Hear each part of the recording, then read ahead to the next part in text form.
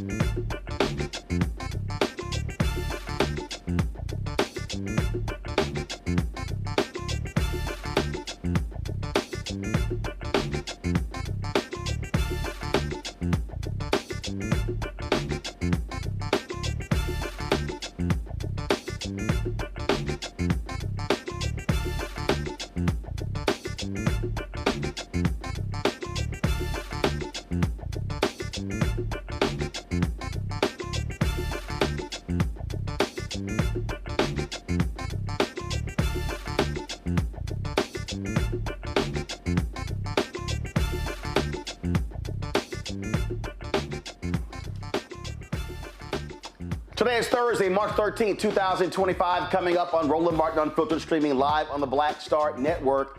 I told y'all, Donald Trump and MAGA, they detest black people. His Environmental Protection Agency is shutting down the division that helps low-income communities overwhelmed by pollution. We'll be joined by Dr. Mustafa Ali, who used to work at the EPA, to talk about the devastating impact this is going to have on black communities. Will Democrats in the Senate stand firm and vote against the Republicans' continuing resolution? A lot of people are putting pressure on them to do so. We'll talk about that right here on today's show. The Illinois Attorney General has successfully fought against the Department of Education's attempt to cut off millions of dollars in grants to train and support new teachers. Kwame Raoul will join us on the show. We'll also examine the Department of Education's recent cuts and what they mean for those receiving financial assistance and those who look to pay off student loans. The issue of school choice continues to spark a heated debate. You'll hear from a black Texas state representative on the topic, as well as insights from Pennsylvania Congresswoman Summer Lee, who argues that the school choice agenda being pushed by conservatives will only expand existing inequalities. Folks, it's a lot we got to break down. It is time to bring the funk on Roland Martin Unfiltered on the Black Star Network. Let's go. He's got it. Whatever the miss, he's on it. Whatever it is, he's got the scoop, the fact, the find. And when it breaks, he's right on time and it's rolling. Best believe he's knowing. Putting it down from sports to news to politics. With entertainment just for kicks, he's rolling. It's on go, roll, y'all. It's Roland Martin, yeah. Rolling with Roland now. He's funky, he's fresh, he's real, the best, you know he's Roland Martin now.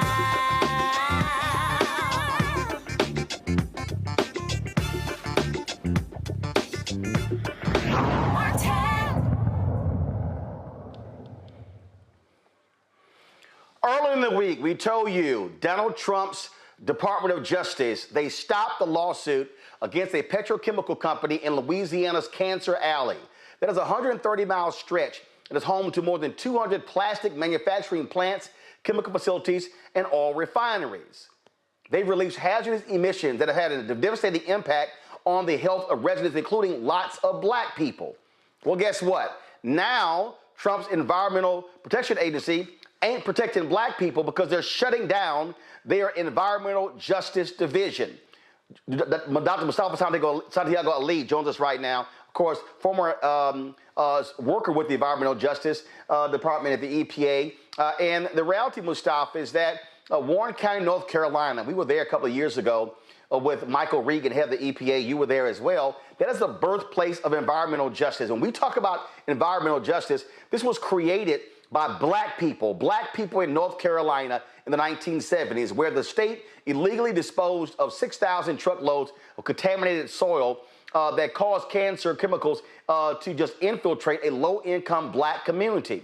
Well, as a result of this decision here, you're not going to have the protections. This is a part of MAGA's attack on DEI. Anything that says in justice, diversity, equity, and inclusion doesn't matter, they're getting rid of. And I keep saying this. When it came to Cancer Alley, when it came to this other stuff, these folks do not give a damn about black people. And you know who's silent, Mustafa? Tim Scott, Byron Donalds, Wesley Hunt, and all of those Negroes who were dancing at the White House Black History Month reception. They have said nothing about any of this. Yeah, and it's unfortunate that they haven't, because I'm sure that they have family members or other folks who they know who come from these communities, who come from these sacrifice zones. And this current administration is placing a crosshair on the lives of black folks. And they're creating the additional sacrifice zones that will be there. So all those are words that get your attention, but what does that really mean? We know that in our communities that we have elevated levels of cancer because of the exposures to many of these toxic chemicals that are coming out. We also know that many of our communities were pushed because of redlining and restrictive covenants and all these different tools that were used to put us in certain areas and then to pull back the protections that were necessary, to pull back the resources for infrastructure. So now you have individuals with cancers, liver and kidney diseases, with all kinds of lung diseases and breathing difficulties, with asthma. We got 24 million folks in this country who have asthma, and we look, it's disproportionately black folks and brown folks are the ones who are going to the emergency rooms and the ones who are dying prematurely.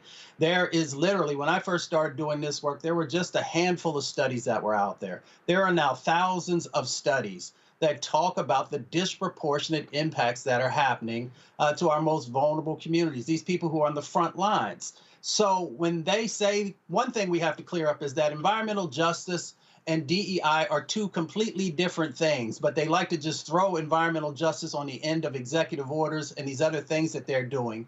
The other thing is that they have no plan. Administrations often come in and they may have a different set of priorities and a different set of ways of getting at them, but you don't just leave people vulnerable by these cuts that you're making that literally are life and death cuts. The individuals who work in environmental justice work and the ones who work in the office have built relationship with communities for decades. And why that is important, Roland, is because people for the longest time didn't pay attention to these communities. They literally left them out there by themselves. They left them to be sacrificed. And it just took years to make sure that people understood that folks were serious and that they were going to stick and stay with you to help you to be able to move from surviving to thriving. That people really need to understand is that we're talking about regular, ordinary people who are being impacted by landfills, by environmental racism. And here's the problem. The problem for Republicans, MAGA, and Trump, they don't believe in any of this. They don't believe that racism exists. They don't actually believe that black parts of this country, low-income areas, are purposely targeted by these companies to serve as dumping ground for their chemicals. Yeah, it's true, but they don't want to believe it, right? The science is there. There's a reason why there's an attack on science. There is also a reason why they are attacking these frontline communities, these environmental justice communities. And let me just unpack that for you. These are the individuals who have been standing up to the petrochemical companies, to all of these various types of businesses and industries and companies that are playing a role in the climate crisis. And what they've done is they know that if they can begin to get rid of the protections for these communities where those facilities are, then those facilities can maximize profit. They also know that if they can address what's going on here and continue to weaken these communities, that they can also still continue to move forward on this, fighting against the climate crisis that's currently going on. So this is a very well thought out set of actions that they're doing. People just really need to understand the game that's going on. So first, you discredit what's going on in these communities and you say that they are not being impacted, that their lives are not being shortened. Then you take the money away. You cut all these grants that you see them doing so that folks can't have the capacity to be able to get the information that they need, to be able to push back against these injustices that are currently going on. Then you get rid of the folks who work inside of these agencies so that they can no longer support you and they can no longer move the grants whenever these judges say you can't just cut these funds for no reason. You've got to live up to the commitments that you've made with these contracts and grants and cooperative agreements. And then, it just continues to play out more and more. And folks need to pay attention because what's happening to Black communities now will be coming to your community in not so distant future. People got all up in arms, and they should, when the train derailment happened in East Palestine. Why do I bring that into our conversation? Because the chemicals that hit that white community, that lower wealth, working class white community, are similar communities that have been going on in Cancer Alley for 20 or 30 years.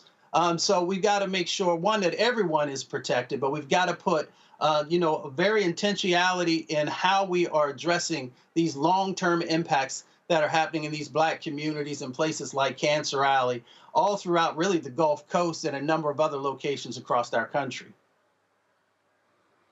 And this is a perfect example of what we're always saying: elections have consequences.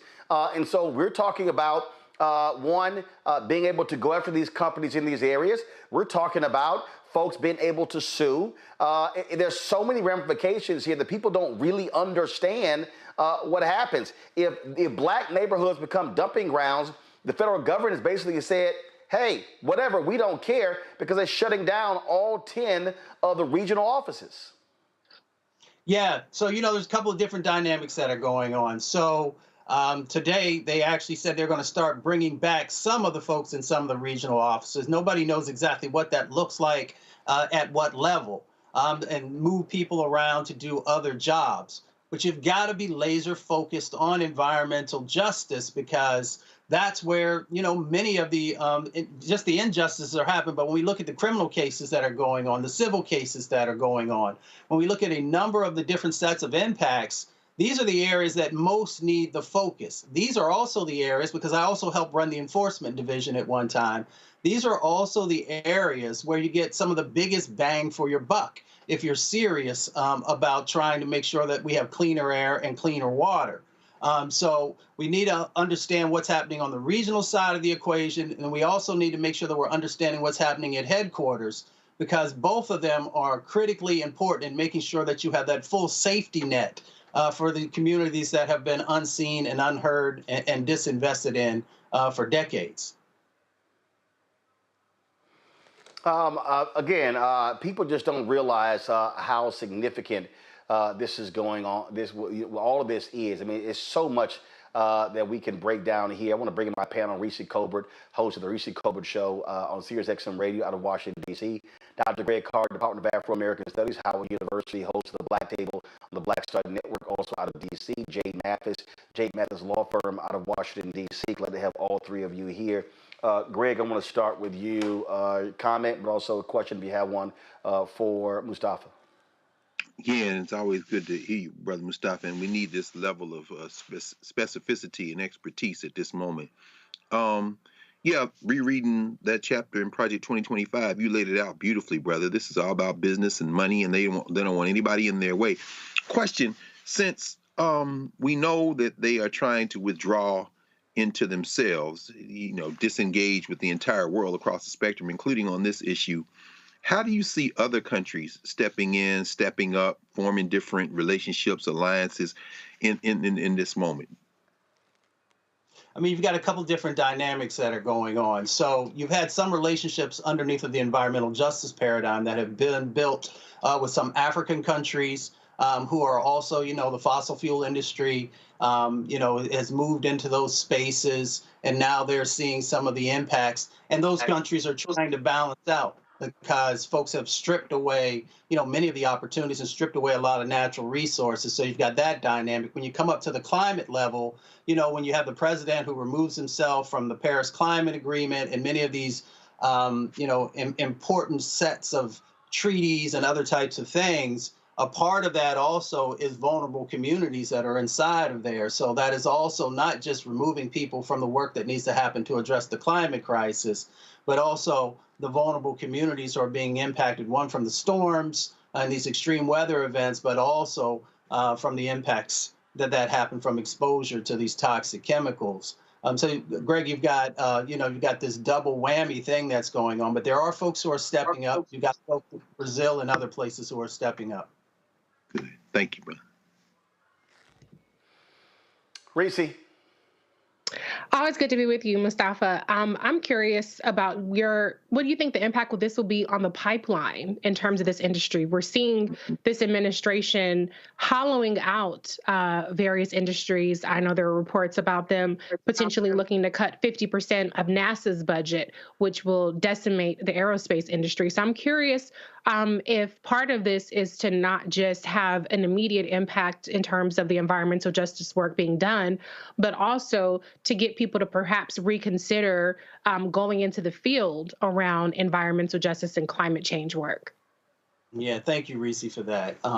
Let's unpack that in two different ways. So one is the fact that all these kids who are out in these communities are now dealing with or going to get these additional exposures, right? And these exposures have all kinds of problems with them, neurological problems that come from certain exposures to certain chemicals. Makes it more difficult to learn, which means that more than likely you may not make it to college. So you may not become an engineer or a scientist or a lawyer or a number of different positions that are incredibly necessary. So it has these direct impacts inside of our communities. When it comes to the agency, there is an intergenerational paradigm that's so critically needed, because you're going to have those folks who have been around for 20 or 30 years who are going to end up retiring in a natural cycle. And then you have these younger people who learn from folks who have been there so that they're prepared to be able to continue the work and expand the work and take it to a whole nother level, because they're bringing all kinds of additional information that comes through innovation and ingenuity. So you also break that bridge, if you will. So they understand this dynamic. When you see them going after folks who are probationary, and many times those are younger people who are, excited about being able to give back to their country, to take that oath and to do work that is protective. So you take that part out. And then, of course, when you look at EJ, and there are all kinds of different folks who have been working on EJ at different percentages, it helps to make sure that it's fully integrated. So there's intentionality in, these cuts that they're making, understanding that not only in this moment does it have impacts, but it has impacts for decades to come. Jade? Yeah, thank you for having me, Roland. So for 3 years, I worked with the National Institute of Health, and I worked on their All of Us research program. And we traveled to marginalized communities, particularly in southern states like Texas, Mississippi, North Carolina, where there are a lot of health impacts, as you said, people who live in those environments and that have those polluted communities, right? And I saw firsthand how many people were diagnosed with cancer, how many babies were diagnosed with asthma, right? And unfortunately, as you said as well, how many psychological conditions. And what we were doing at that time was working with physicians and clinicians and researchers to find cures for these conditions, right? That's precision medicine for our community. But one of the main things that I noticed during that is that we already know there's a big, huge mistrust in our community when it comes to medicine and physicians and that type of thing. Do you think that this just made the mistrust even worse with those states or our community and marginalized community?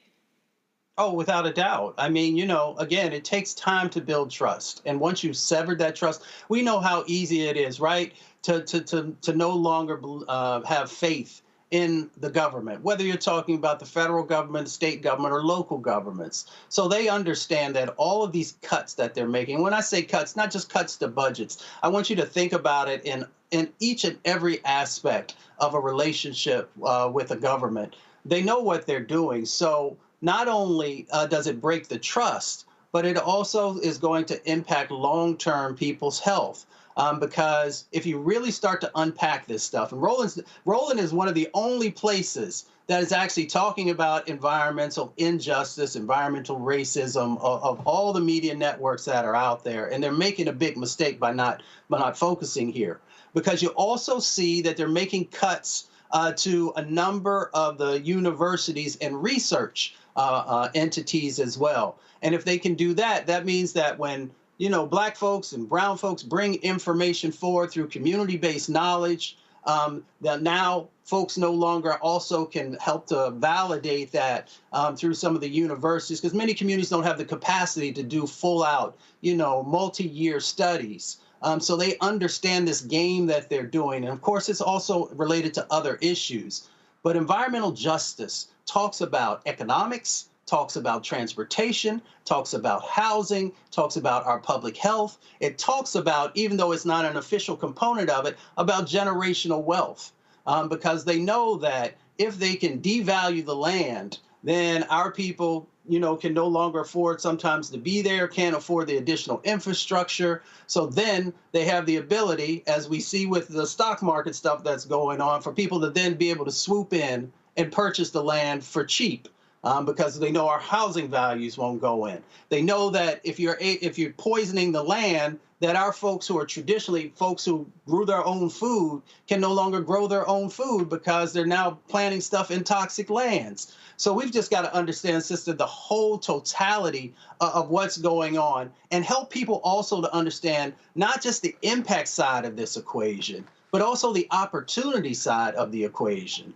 We need to be highlighting all these amazing organizations, some for years with shoestrings, that have been able to make real change happen. And in the last administration was the first time there was ever any significant resources that actually went back into our communities, our tax dollars actually making it back into our communities, because for decades upon decades before then, people were poisoning us and at the same time extracting dollars out of our community.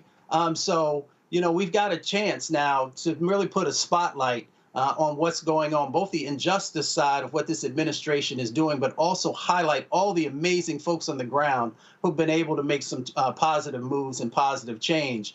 But, if you continue to just place these types of burdens on people's backs, eventually, even though we are a resilient people, we can only do but so much. Indeed. We were there, of course, covering that huge announcement that Michael Regan made. We were the only national outlet there that was actually live streaming that particular event. And yeah, it doesn't get any attention. I can guarantee you the shutting down of these offices won't get any attention on MSNBC, CNN, Fox News, ABC, NBC, CBS, and this goes to show you why it's important to have Black-owned media to amplify this particular issue, because we are impacted. And as I keep saying, all of these pro-life conservatives, it's amazing how you can't find them anywhere. So they don't care if these Black people are dying, these low-income people are dying, because they don't care about life. What they care about are the profits of all of these major companies, and that's all Donald Trump and Elon Musk and Republicans care about. They don't care about the economy. They don't care about the environment. It's all about how can these companies just rape the land and do whatever they want to without any consequence to our air quality or our water quality or our soil quality. As simple as that. So, Mustafa, we appreciate it. Thanks a lot. Thank you. Folks, going to a break. We come back. Are Democrats in the Senate going to get a spine when it comes to opposing Republicans and this continuing resolution? We're going to explain to that when we come back, because it looks like Senator Chuck Schumer and other Democrats are quickly caving. You're watching Roland Martin Unfiltered on the Black Star Network. This week on The Other Side of Change. We're digging into the immigration crisis that's happening here right now. It can impact each and every one of us. We're going to break down the topic of this constitutional crisis that is being led by the Trump administration and what you, as ordinary citizens, can do to speak up and speak out to fight back. This is The Other Side of Change, only on the Black Star Network. We begin tonight with the people who are really running the country right now. Now, Trump is often wrong and misleading about a lot of things, but especially about history. Donald Trump falling in line with President Elon Musk. In the wake of the unsettling news that MSNBC has canceled Joy Ann Reid's primetime show, The Readout, Roland Martin and the Black Star Network would like to extend an invitation to all of the fans of Joy Ann Reid's MSNBC show to join us every night to watch Roland Martin Unfiltered, streaming on the Black Star Network for news, discussion of the issues that matter to you, and the latest updates on the twice impeached, criminally convicted felon-in-chief Donald Trump and his unprecedented assault on democracy, as well as co-president Elon Musk's takeover of the federal government. The Black Star Network stands with Joy Ann Reid and all folks who understand the power of black voices in media. We must come together and never forget that information is power. Be sure to watch Roland Martin Unfiltered weeknights, 6 p.m. Eastern at youtube.com/Roland S. Martin or download the Black Star Network app. Next on the Black Table with me, Greg Carr. There's a lot of talk about the inevitability of another civil war in this country. But on our next show, we'll talk to a noted author and scholar who says we're actually in the middle of one right now. In fact, Steve Phillips says the first one that started back in 1861, well, it never ended. People carrying the Confederate flag, wearing sweatshirts saying MAGA Civil War, January 6, 2021, stormed the U.S. Capitol, hunted down the country's elected officials, built a gallows for the Vice President of the United States, and to block the peaceful transfer of power within this country. On the next Black Table, here on the Black Star Network. Hey, this is Motown recording artist Kim. You are watching Roland Martin Unfiltered. That boy, he always unfiltered, though. I ain't never known him to be filtered. Is there another way to experience Roland Martin than to be unfiltered? Of course he's unfiltered. Would you expect anything less? Watch what happens next.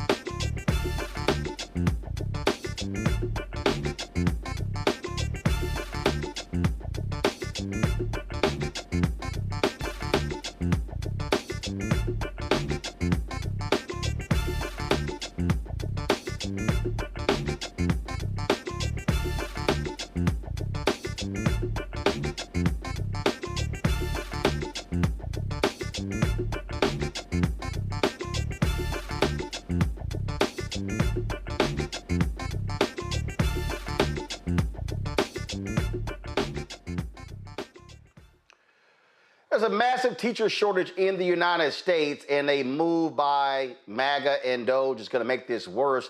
The Department of Education last month abruptly cut off millions of dollars in grants meant to train and support new teachers. This directly impacts schools, universities, and aspiring educators, especially in areas like math, science, and special education. Now, a group of state attorneys general, including Illinois Attorney General Kwame Raoul, they filed a lawsuit and secured a court order to block the cuts while the case proceeds. Kwame Raoul joins us right now. Glad to have him here. AG Raoul, first and foremost, the impetus, your impetus and the other AGs for filing this lawsuit.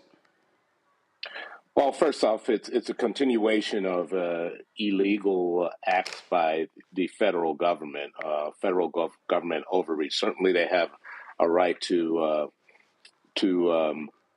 govern, but Congress has enacted certain legislation to allow for the Department of Education to offer grants such as these teacher quality partnership grants. 1 in 8 teacher positions are either vacant or filled by uncertified teachers. So the investment in training a pipeline of teachers is a critical investment, certainly for communities in the state of Illinois and throughout the country. And again, the cuts are just made willy-nilly as if we don't have a serious need to incentivize folks to teach. Yeah, that's right. This is, there are certain universities, you've been in Chicago before. So, Chicago State University, University of Illinois, Chicago, DePaul University are partnering with school districts to make sure that they're training teachers and giving teachers a hands-on experience in some of our most vulnerable school districts. These actions that are being taken are having dramatic impact on our most vulnerable citizens, our young students. And I'm fine with government efficiency, tighten up your belt, but disinvesting where investment is needed most is not a wise approach to governing. So you have a temporary hold right now. It's obviously going to make its way. Republicans, their whole goal is for everything to go to the United States Supreme Court. That's really what their aim is, because they think the 6-3 conservative majority is going to rule in their favor every time. Well, yeah, Roland, they're throwing up as much against the wall. They've made clear their intention. In fact, we filed another lawsuit today to fight the effective dismantling of the Department of Education. They've done these mass reduction in forces that undermines the ability for the Department of Education to function. So they're trying everything in an illegal manner. It's important to note that this is an illegal manner. There's a separation of powers. Congress created the Department of Education.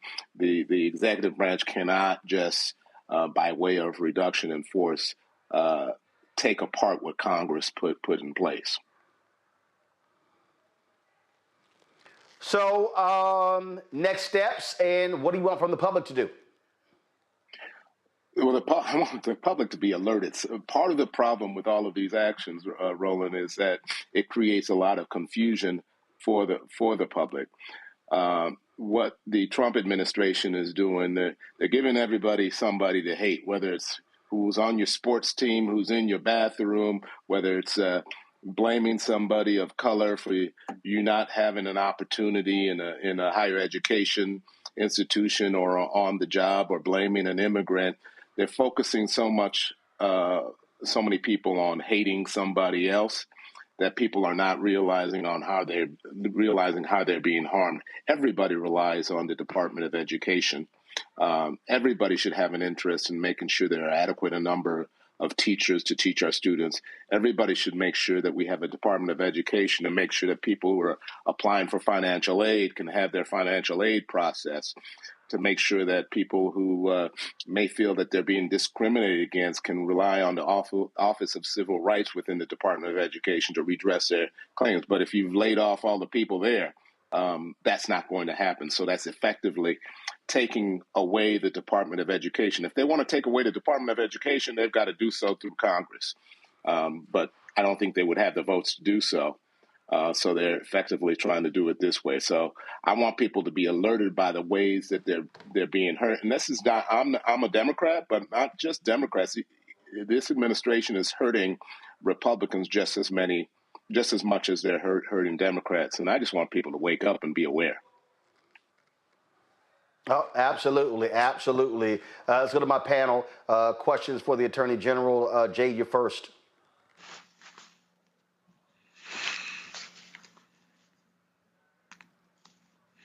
Jade, Hi, your question. I can hear you. There you go. So I do have a question. What do you think? Do you think that they're considering the fact that they always argue, and it's a known fact that a lot of people say our math and science scores, right? Our students are not able, or the reading levels are not competitive, right, to other countries. And this administration emphasizes that a lot. So do you think that's something that they factored in, that if you're cutting the student and you don't have the teachers who are trained to teach in these areas, and you have the larger class sizes where these students aren't able to get the education that we need to be competitive in that area, what does that look like on the other side? And when you're talking about areas like you said, in Chicago, I'm from Detroit public schools, when you're talking about those type of environments already affected by the large class sizes, what does that do to those communities and those test scores? Yeah, you raise a good point. We obviously have an education gap within country, but we have a global education gap as well. And to the extent that we disinvest in education, it will make things worse. It'll make things worse for the education gap within the country. Those with means will simply go to private schools and be able to educate their kids, while those who do not have means will continue to suffer as a result of us not having adequate number of teachers to teach them. But on the global education gap, it will certainly make it worse. Thank you. Reese. Thank you, Attorney General, for being here and for your leadership. How much of this administration's success in terms of the messaging around education and the shortcomings has been in convincing people that, it's things like woke and other culture war type of things that are the problem, as opposed to, as you just put it, the disinvestment that we've seen in our education system? And how do you think that part of these lawsuits can help combat that? Yeah, I think you're absolutely right. There's a game being played to shift people's attention away from the harms that are being perpetrated by this administration.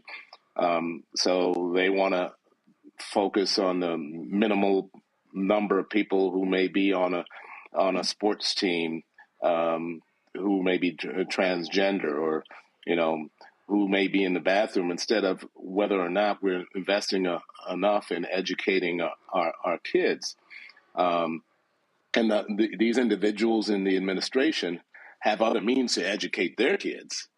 Meanwhile, the masses, including those who voted for President Trump, are not getting access to adequate education. There's a teacher shortage, and these grants are aimed towards addressing that teacher shortage. Additionally, the Department of Education, which they're trying to dismantle, is there to make sure that there's no discrimination in education, and to make sure that people have access to financial aid so that they can seek out higher education, and make sure that there's fairness in our school system.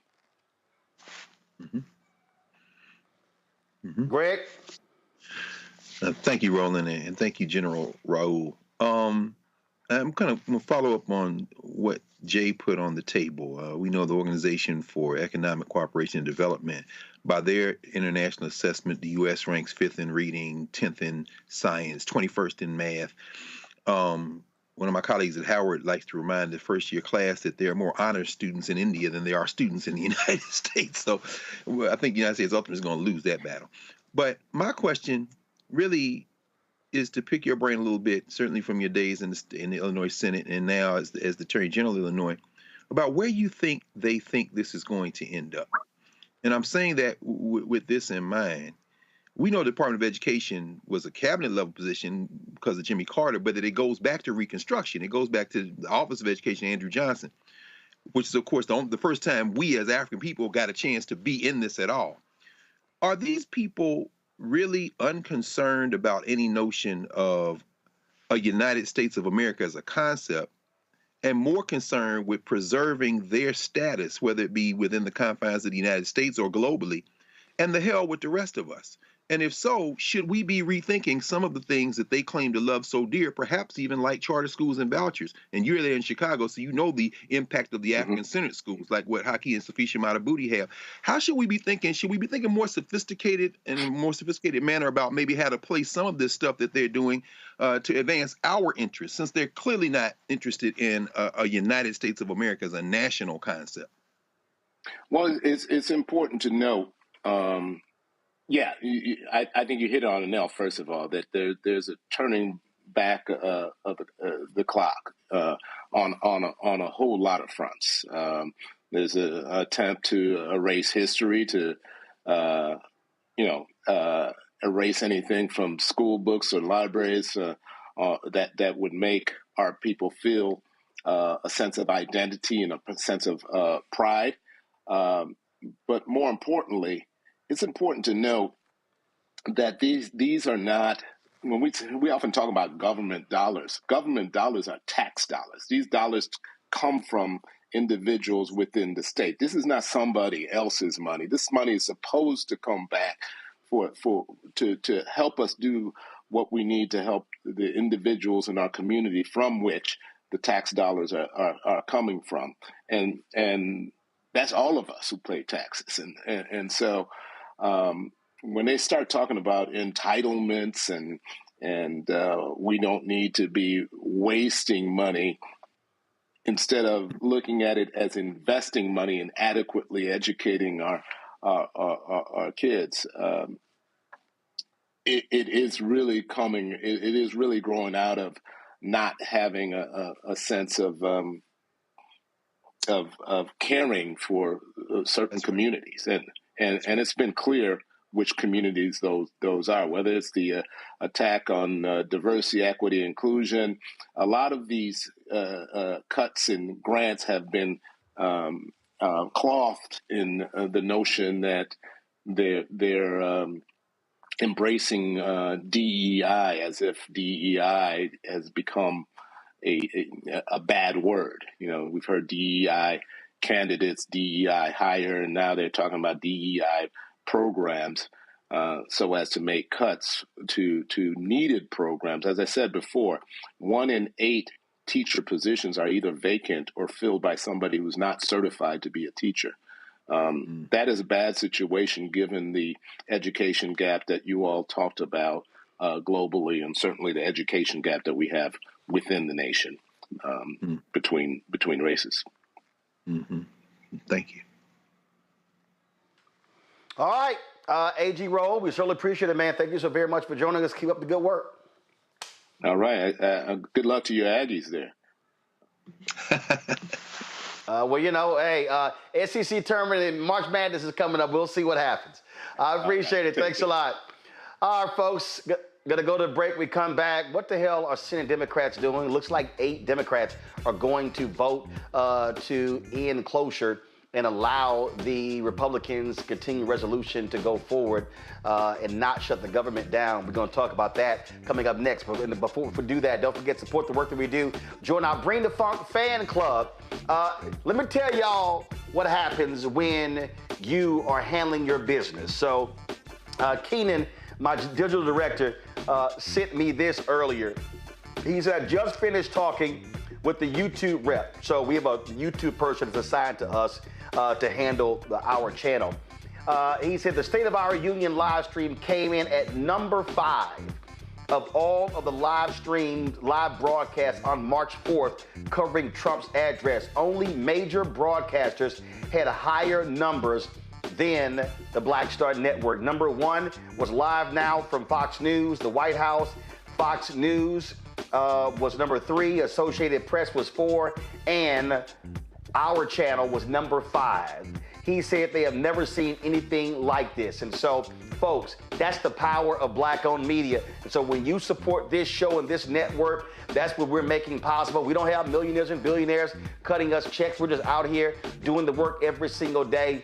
And again, doing amazing things. And that was all organic. We didn't have a publicist sending stuff out.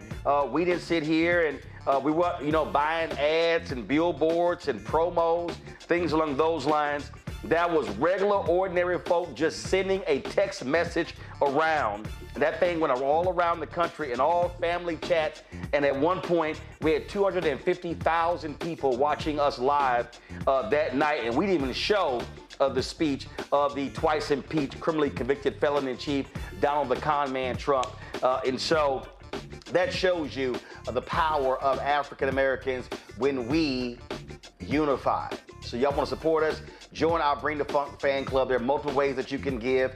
If you want to give via Cash App or credit card, this is the QR code for Stripe. It's right here. Just click the Cash App Pay button to contribute. Also, so you can see your check and money order to P.O. Box 57196, Washington, D.C. 20037-0196. PayPal is R. Martin Unfiltered. And when you see it, it's going to say New Vision Media. That's the parent company, y'all, so don't be afraid. So R. Martin Unfiltered. Venmo is RM Unfiltered. Zelle, Roland at RolandSMartin.com. Roland at RolandMartinUnfiltered.com. We'll be right back. Hello, I'm Isaac Hayes III, founder and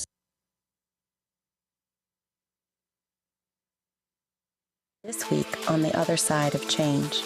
We're digging into the immigration crisis that's happening here right now. That can impact each and every one of us. We're going to break down the topic of this constitutional crisis that is being led by the Trump administration and what you, as ordinary citizens, can do to speak up and speak out to fight back. This is The Other Side of Change, only on the Black Star Network.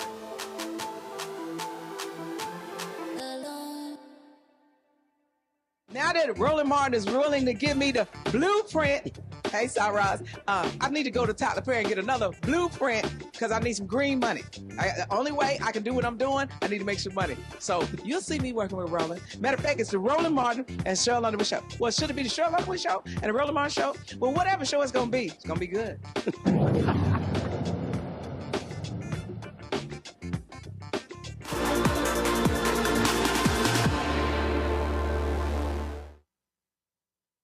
Southern border are through the mail over the last couple of years. Live 50,000 pounds of the United States Senate, where they are, of course, debating the continuing resolution to keep the government open. It was passed in the House, and what they did is the Republicans had a recess. They all left town to force the Senate to vote by Friday.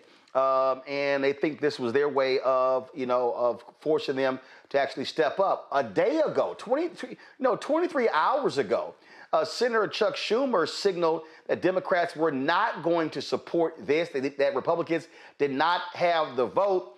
That seemed to really be a ruse.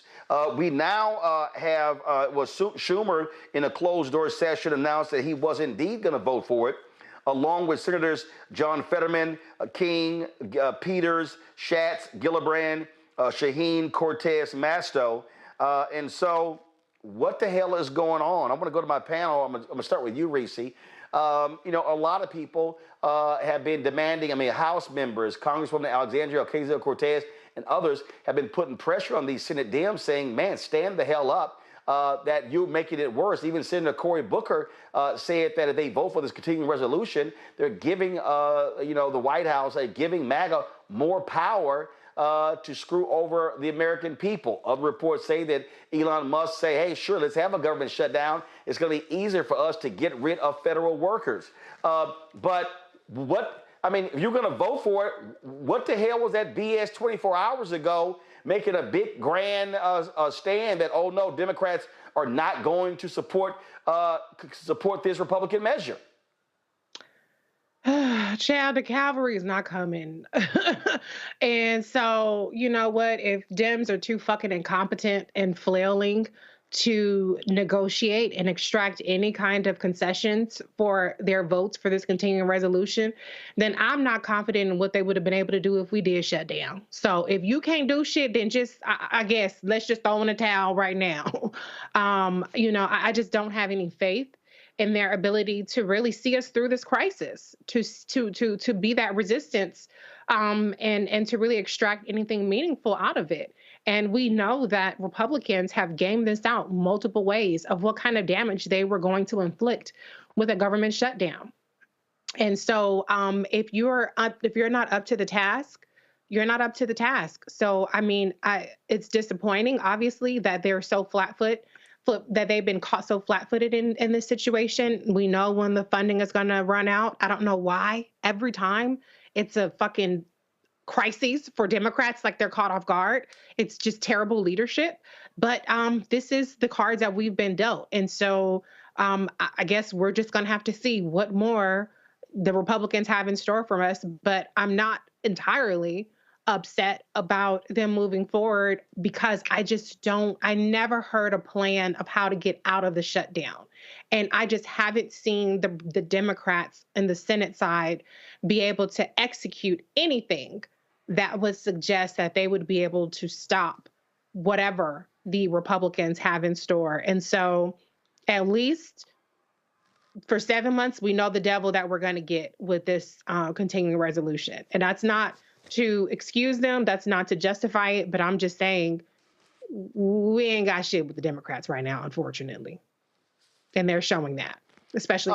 Jade, this is the Wall Street Journal. They said the headline was Democrats clear way for GOP bill ending threat of shutdown. Senate Democrats threw in the towel on trying to block Republicans' stopgap bill funding the government following a grueling intra-party fight in which lawmakers struggle with how best to resist Donald Trump's, I don't call him president, fast-paced efforts to slim down federal agencies. Senate Minority Leader Chuck Schumer said he would vote to advance the measure on Friday morning, saying a government shutdown was too risky. Earlier in a closed-door lunch, he also said that enough Democrats would join him to help Republicans clear the chamber's critical 60-vote hurdle. People familiar with the matter said, quote, I will vote to keep the government open and not shut it down, Schumer said on the Senate floor, characterizing Democrats' alternatives as a Hobson's choice with no good option. He said that in a shutdown, Trump could decide, quote, to cherry pick which parts of the government to reopen in a protracted shutdown. Well, hell, he's doing that already. Yes, Roland. And you know what? I never thought I'll see the day when, especially under this administration, the Democrats will be working with the ops, because that's essentially what they're doing, right? And if you're scared, go home. And as the previous commentator said, I'm actually more scared at their poor decision-making skills and how easy you'll back down. So maybe the shut thing is the best thing to do.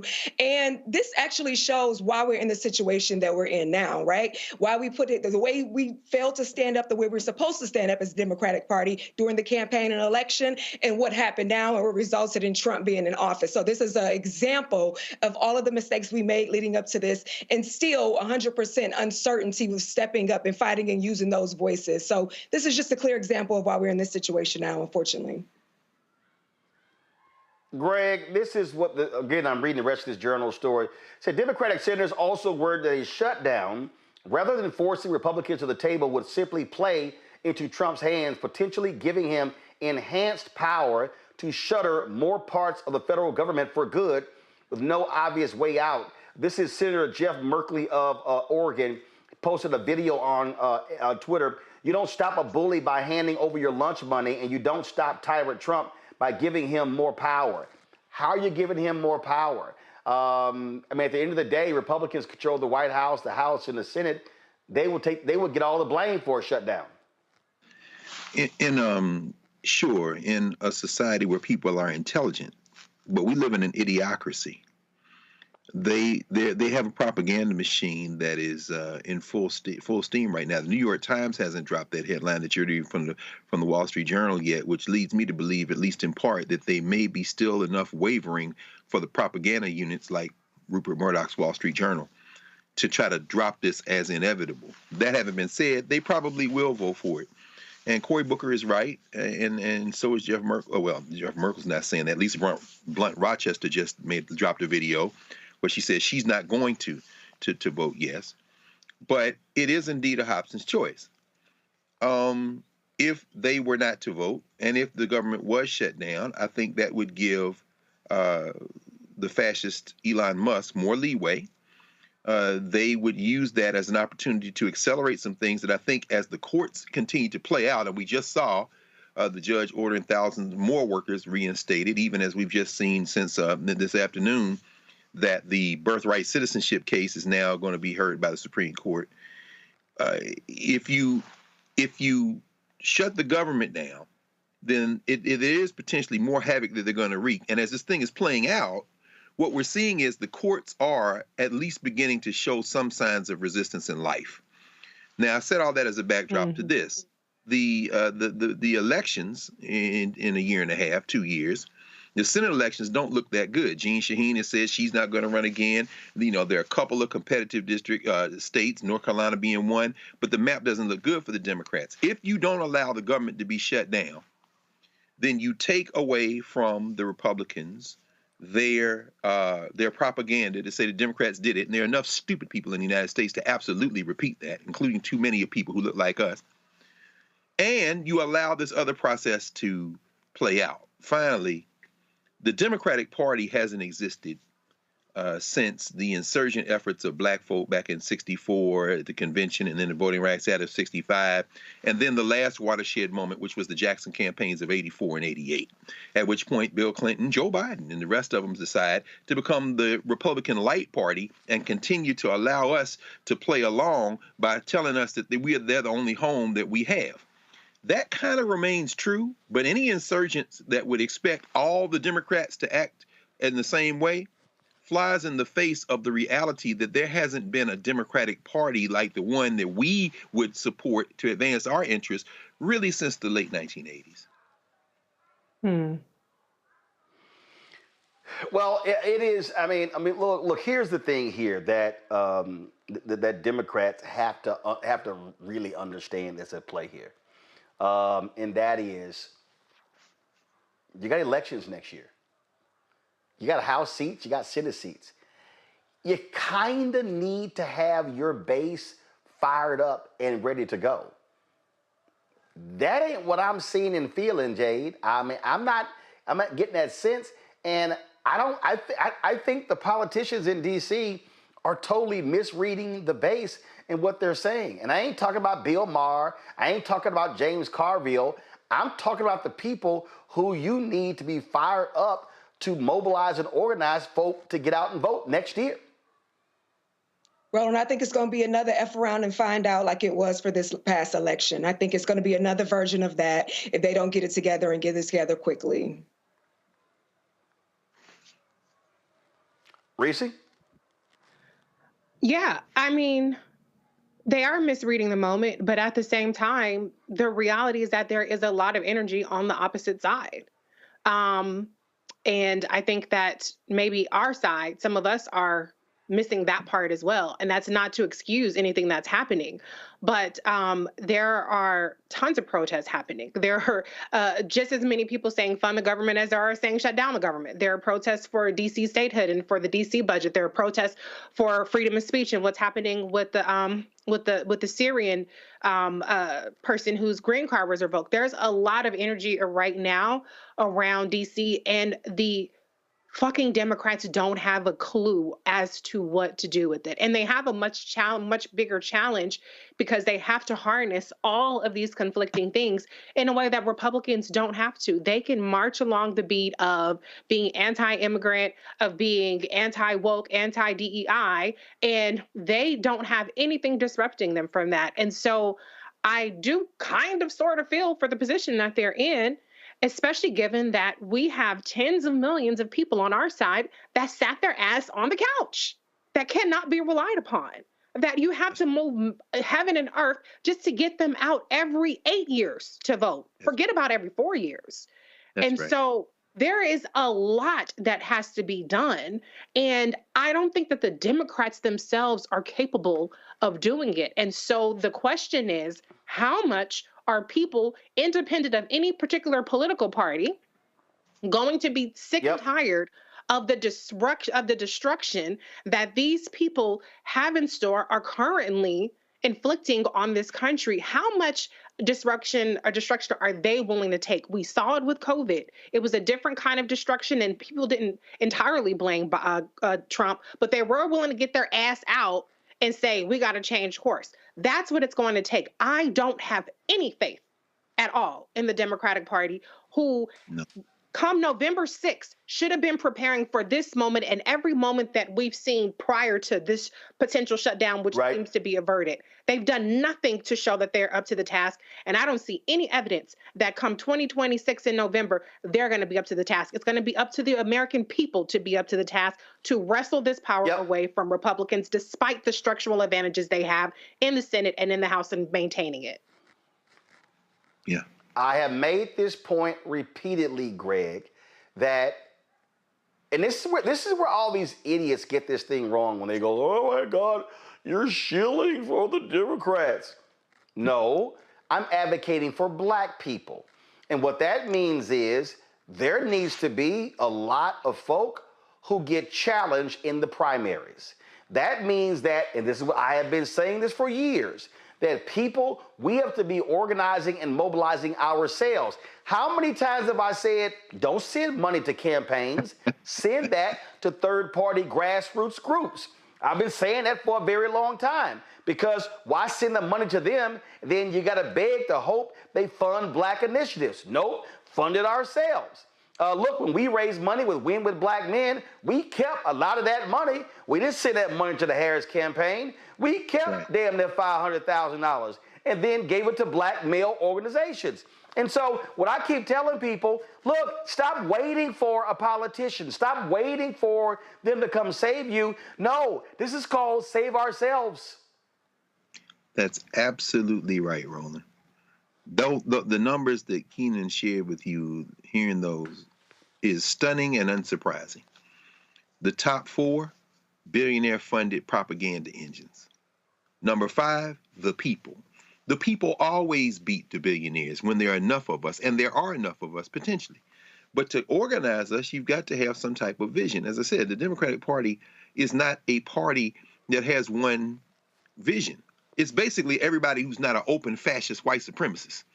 And there are a lot of soft white nationalists in the Democratic Party. Shout out to the cosplay trucker from Western Pennsylvania, John Fetterman. That having been said, what you just described is the only thing that has made us have any progress in this country. I take no pleasure in saying what I've been saying all along, and which I will continue to say, and which I'm about to say again. This project is nearing an end. It has never been a nation.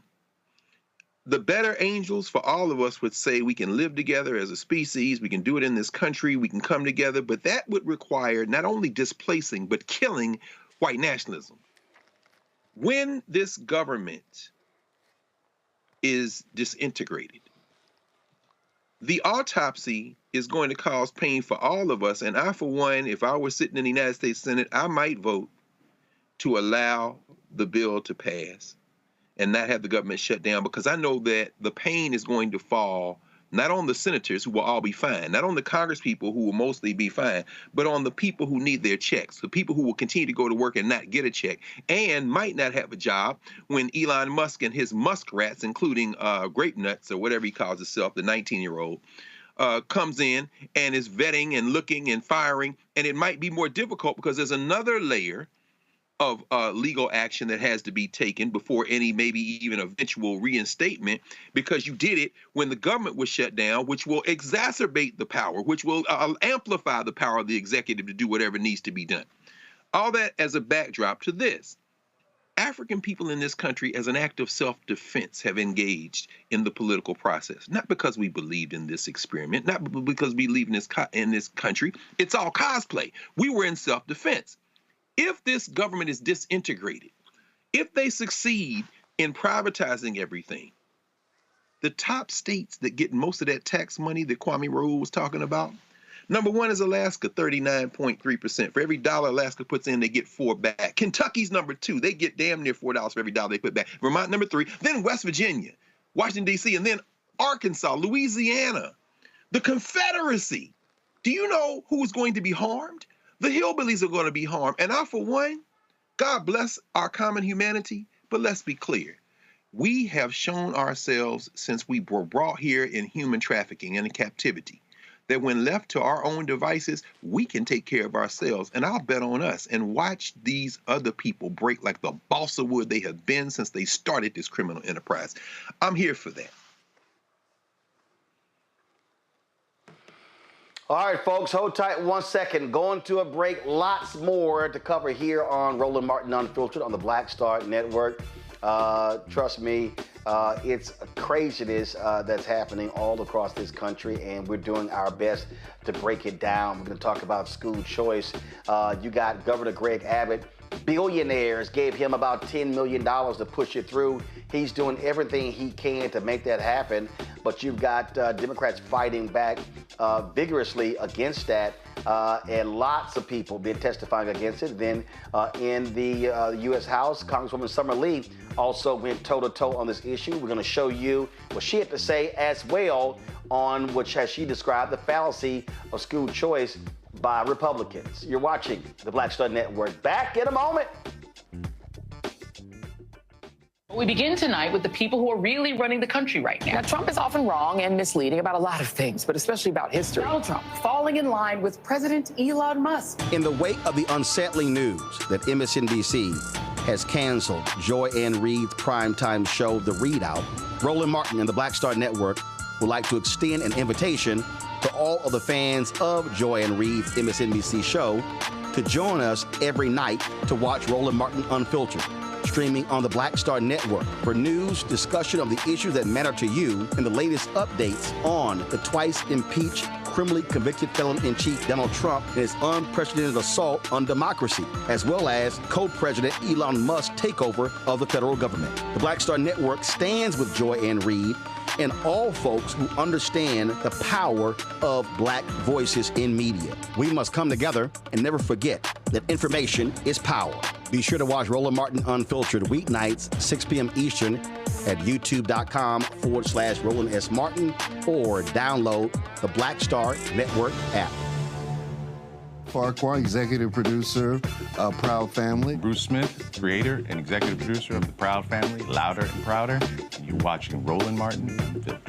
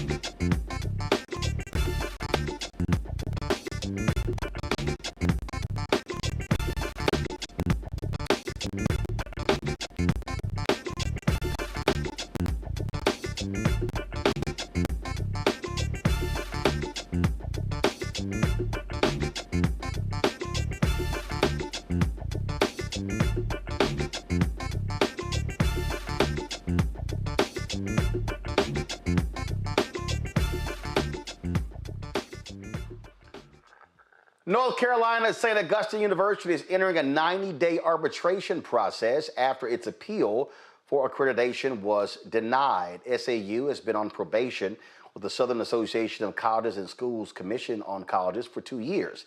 In December 2023, the SAC-SCLC Board of Trustees voted to remove SAU from membership due to financial and governance issues. After a successful appeal, the university was reinstated in July 2024, with the reinstatement remaining effective through the end of the year. However, on March 6th, the historically black college and university announced its appeal to maintain accreditation was ultimately denied. The university stated that the upcoming 90-day arbitration process would ensure that all students graduating by May 2025 receive degrees from an accredited institution. We have reached out to the school and they sent us the following statement. St. Augustine's University is dedicated to ensuring a strong and sustainable future. We are actively exploring all available options, including arbitration, to demonstrate our financial stability and maintain our accreditation. Arbitration is our final opportunity to prove that we possess the resources and strategic vision necessary for long-term success. We're diligently securing additional funding and partnerships to strengthen our sustainability. Now more than ever, we need unity, positivity, and collective support from our alumni, supporters, and the broader community as we navigate this critical moment together. we can ensure that SAU continues to be a pillar of education and opportunity for future generations. The community, the Save SAU Coalition, and other St. Augustine alums are meeting as we speak to discuss potential next steps. Greg, I want to go with you. I got to deal with this line here, and I'll be honest with you, it sort of pisses me off. Now more than ever, we need unity, positivity, and collective support from our alumni supporters in the broader community. Okay. How about you not keep screwing up? See, here's the issue that I have, and I'm being real clear here, and it bothers me. It bothers me that, let's be honest, a lot of HBCUs were saved with the COVID resources that they received. And there were a lot of people who said, and I've talked to many university presidents who said that they were able to get their fiscal house in order. They were able to pay off debt. They had debt forgiven, and that they were great, that they benefited significantly from what took place. And we've seen where St. Augustine's was doing well, and then not, they're doing well, the change of leadership, then board trustees, whatever. At some point, an alumni, potential students have to have belief that the people in charge are doing what they are supposed to do to make sure the university is succeeding. And I'm sorry, we just got to go ahead and call it what it is. When you have this constant drama, it's like over and over and over again, that's not going to make somebody want to come to your university, and it's damn sure not going to want to make somebody to keep shelling out money if you can't get your act together. I know, Roland. I think we all know this. Again, it's a barometer of the tragedy of miseducation. And what we're facing is so, listening to you, it reminds me, I had a conversation about 10 years ago with an elder, and he was telling me, he said, look at how the trustees, the boards of trustees have changed in the last 2 generations at HBCUs. He said, after you get past the era of white rule, which takes us up into the 1930s and 40s, and you start seeing the first black trustees at HBCUs at a critical mass, and then, of course, they become overwhelmingly black, these HBCU boards. He said many people who sat on those boards were institution builders. They were business owners. If you were on the board at North Carolina A&T or North Carolina Central, you had the person who ran North Carolina Mutual Insurance. So, you had A.C. Gaston on the boards in Alabama, this kind of thing. He said, and then somewhere around the between the mid-70s and into the 80s, you get the Vernon Jordan types. These are the Negroes who are the first Negro to be on this corporate board of white people. And this is the first, and the mentality, said, begins to change. You start moving from trustees who have built something in black communities to trustees who are happy to be in the room and who think that the approach is to be next to these white folks and make some money. He said, I'm not condemning them. I'm saying, but he says it's a different mentality. Now, put that in as a factor, because some of this decision-making is by people who, frankly, haven't really been black institution builders. And although they are black, and I'm not questioning anybody's blackness, I'm saying their attitude toward how you defend black institutions is very different. It's more of a, I hate to say begging mentality, but I'll leave it at that. But the other factor is the geography of HBCUs. Many of these institutions, and I think St. Aug fits right directly in this bullseye, my alma mater does too, Tennessee State for that matter, are in state capitals, or places where the hillbilly horde behind the cotton curtain want to get their hands on that real estate. See, St. Aug is in a real estate war with the hillbilly horde in North Carolina. Tennessee State, particularly the downtown campus, is in a war with the hillbilly horde of Nashville. Eddie George went to Bowling Green as a head coach, not because he wanted to leave Tennessee State, but that hillbilly horde is going to try to hamstring everything out of that institution until they can try to break the will of black folk. Now, when you put those two things together, Jackson State, Jackson, Mississippi, FAMU, Tallahassee, state capitals, in other words, Baton Rouge, Southern University, then you have to have a type of black leadership, board, president, that is going to punch these white boys in the face. But the era of Elias Blake, the era of Fred Humphreys at Florida A&M and Tennessee State, that era is gone. And what you are increasingly seeing in terms of HBCU leadership is black folk who want the best for the race, but who quite frankly are a little scared and a little timid. And when you combine that with the design on real estate violence is what Lamont King calls it, real estate violence or gentrification, and Howard has been complicit as the gentrifiers come up and down Georgia Avenue in Northwest DC, then you have a group, you have a mass of black people looking at these places, including alum, who are like, somebody fight. I'm not giving my money to that. Plus, this was the condition in the dorm, or this was how the food tasted, or I didn't like this professor. So I'm not giving any money, and it becomes a doomed feedback loop. It becomes a vicious cycle. And I really don't know how we solve that, except you have to run to the fight. You can't run from it. And that is something that I quite frankly don't have an easy answer to, how you encourage people and inspire people to run to the fight, not away from it. But right now, I think we're in, if not full retreat, there's too many people in retreat to really do anything much more than kind of lament our condition. See, I'm also gonna say something, Jay, that, and let me just go ahead and be clear. You're gonna have some folks out here, and look, I've been listening to this bullshit my whole adult life. You sitting here saying all that while you wearing a Texas A&M shirt. Yep, sure am. I had somebody on my Instagram page. One brother said, "Why you went to A&M and you didn't go to Howard?" I said, "Why would I go to a private school 2,000 miles away when I went to a state school 90 minutes away because my parents couldn't even afford to see?" 3 of us were in college at one time. I'm like, that's a stupid ass question. Texas Southern University, right across the street from my high school. I was named the best student in my magnet school of communications. TSU never even recruited me. And they were literally right across the street. And they got a school of communications. That ain't on me, okay? So I'm going to say this. I don't really give a shit what anybody thinks. There are 107 HBCUs. I have personally been to 61 of them. 61 of them. I've got a number of HBCU presidents on speed dial. I've had this conversation with numerous boards of trustees, board chairs, donors, alumni, faculty, staff, presidents, and I'm just going to say this right now. There are individuals who are sitting on some of these HBCU boards who have no business being on any board. Facts. They don't know how to run a business. They don't know how to raise money. Let me be real clear, okay? If you are sitting on an HBCU board and you are personally not bringing in a minimum of $25,000 a year to the school, you should be removed from the board of trustees. Mm-hmm.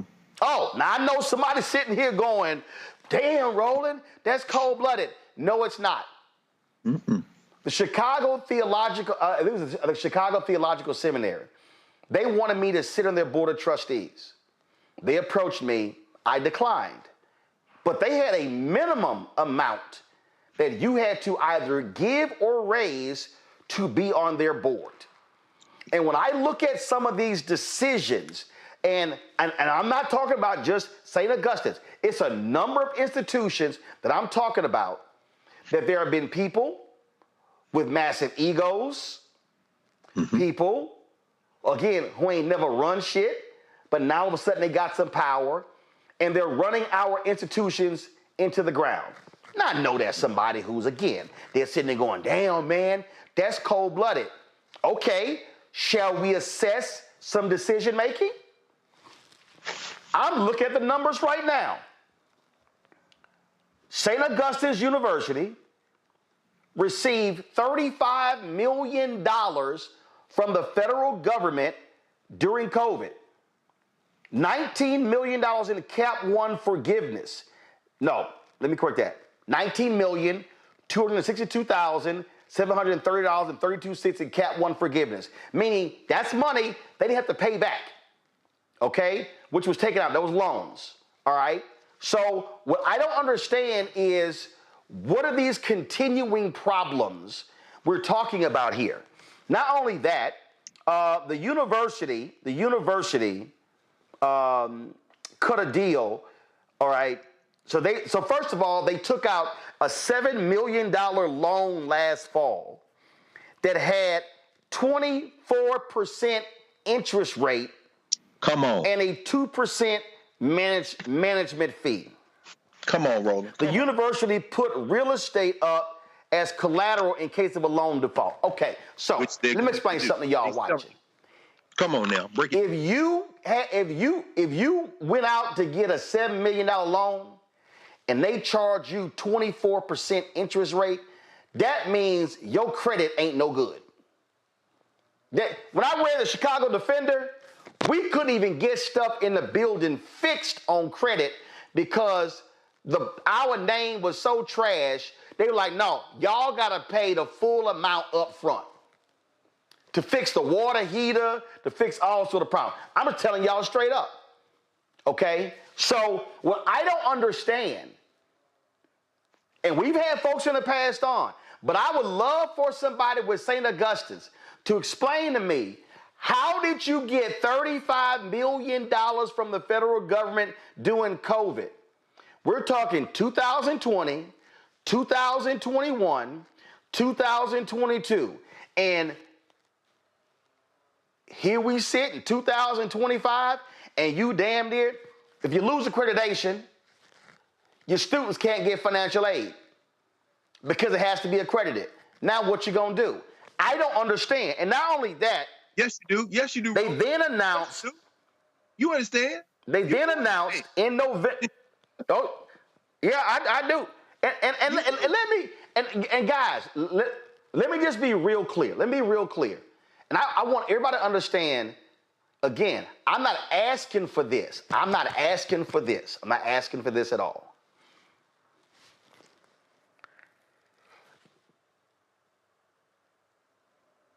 I've actually never had a single HBCU approach me about sitting on a board of trustees. Now, let me be real clear. I want to be real clear. I'm not begging anybody to do it. I'm not asking anybody to do it. But here's the point I need y'all to understand the point I'm trying to make. You pick folks to sit on your boards, not necessarily because they are a graduate of the institution. You seek people for your boards who have relationships that can benefit the university in terms of fundraising, sponsorship, being able to generate corporate dollars for schools. Y'all, I'm just being straight up.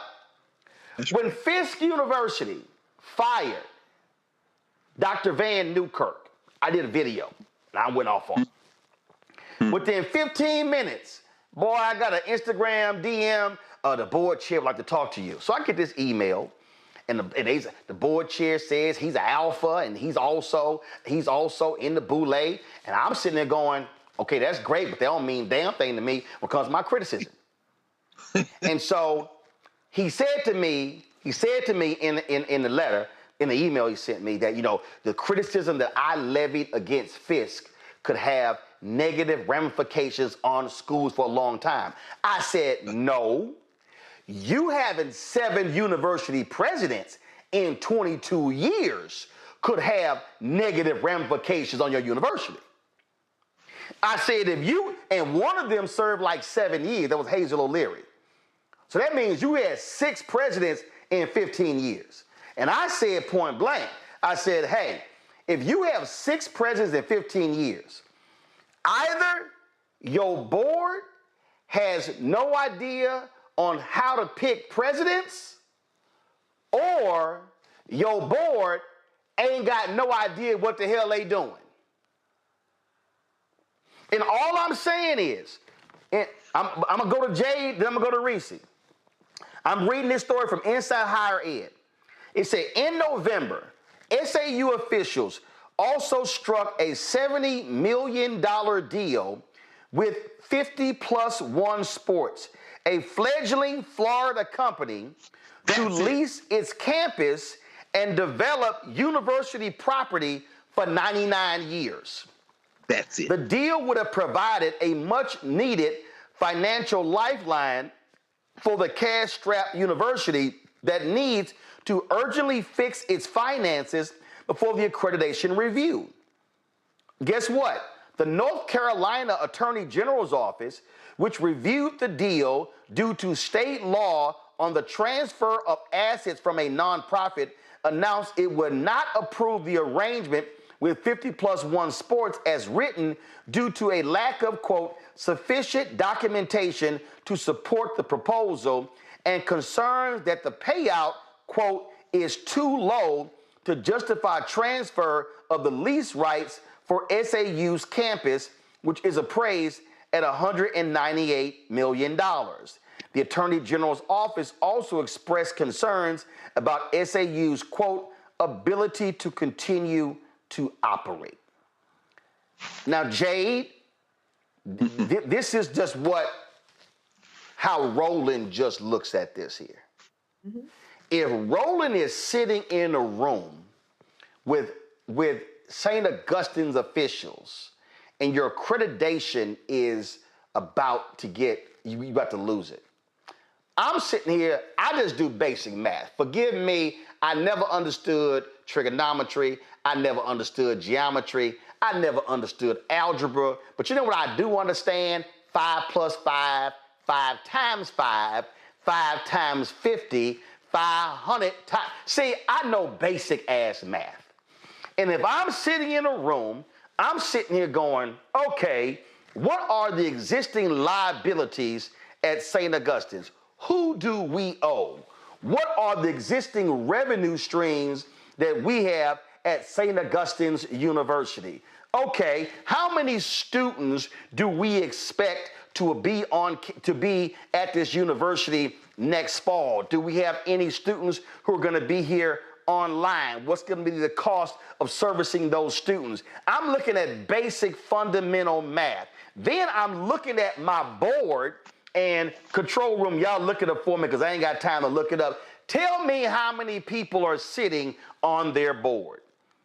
So if they got 10 board members, I need to see at least 200,000 coming in from the board every year. I just don't understand, Jade, how it can continue to be problem after problem after problem after problem after problem, year after year. When every ward was president, they had issues before then. How you keep having issues for 8, 10, 15 years? Bro, Jay, go ahead. I'm sorry. No, I feel you. One of the biggest problems I think is going to be accountability, right? And awareness.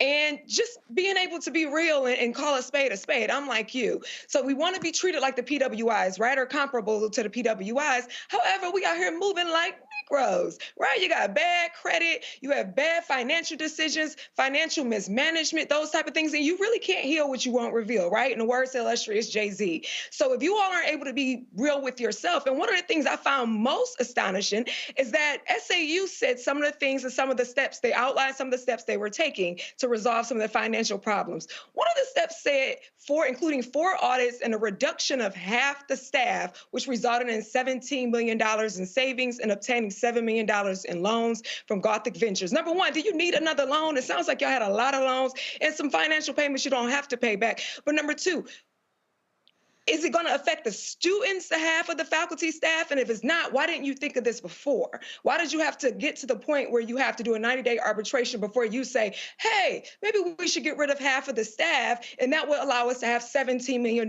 cleared up? Secondly, I actually spoke with an alumni who's a pretty good friend of mine and very active in that chapter. And one of the things she highlighted, and some of the concerns is that including poor campus conditions. They have to be real with that. Call a spade, financial mismanagement. And one of the number one things that you have been talking about is the Board of Trustees' lack of transparency. That's what she said is a known fact, is that there's an issue with the Board of Trustees' lack of transparency. And in my opinion, one of the main things they do, and a lot of these boards do, unfortunately with HBCUs, is they use that title and that position as a resume filler, right? As a bragging right. And then you have the schools that are appointing them to be Board of Trustees based on titles, right? With their PhDs or doctorates. So I think it's a problem bigger than what they want the community to step in and solve. I think it's an internal problem of self-awareness and accountability. Reese, anybody who knows me knows I am a strong believer in Black institutions. I am a strong believer in us supporting, in us funding. But here's what I also am a strong believer in. I'm a strong believer in accountability. I'm a strong believer that if you're going to put people in charge of something, that those people are going to be handling the business. I can tell you that one of the greatest issues that I have heard, not just from presidents, but I've heard this from actual board members. If there are too many HBCU board members who are trying to run the institution as opposed to the president. There are too many folk who want to decide, who want to control the athletic department, who want to control one HBCU president told me that he got in trouble with the board because he told his secretary that she could access his president at university email, but he would handle his own private emails. She was talking to the board chair. Why in the hell is the secretary of the president having any conversation with the board chair about his business? This is the BS that I'm talking about. Now, I know somebody is going to, I know folk going to see, but we hear the same thing at PWIs. Okay, but we ain't talking about them right now. We talk about Black institutions. Because, see, this ain't no different than our Black organizations. I remember, Reese, the third time I was on the board of directors of the National Association of Black Journalists. And so we had a break in the meeting, and there were board members who were complaining about how much a particular staffer was being paid and how this person was still living in Atlanta, even though our national office was in Maryland. And so, I don't waste my time with BS conversation. But finally, I turned around and said, hey, can y'all shut the hell up? They were like, excuse me? I said, did we allocate the budget for the national office? Yes. I said, well, I don't give a damn how the executive director chooses to spend it. If the executive director, if we allocate $500,000 and he wants to give one staffer $200,000 and they want to work remotely, that's his responsibility.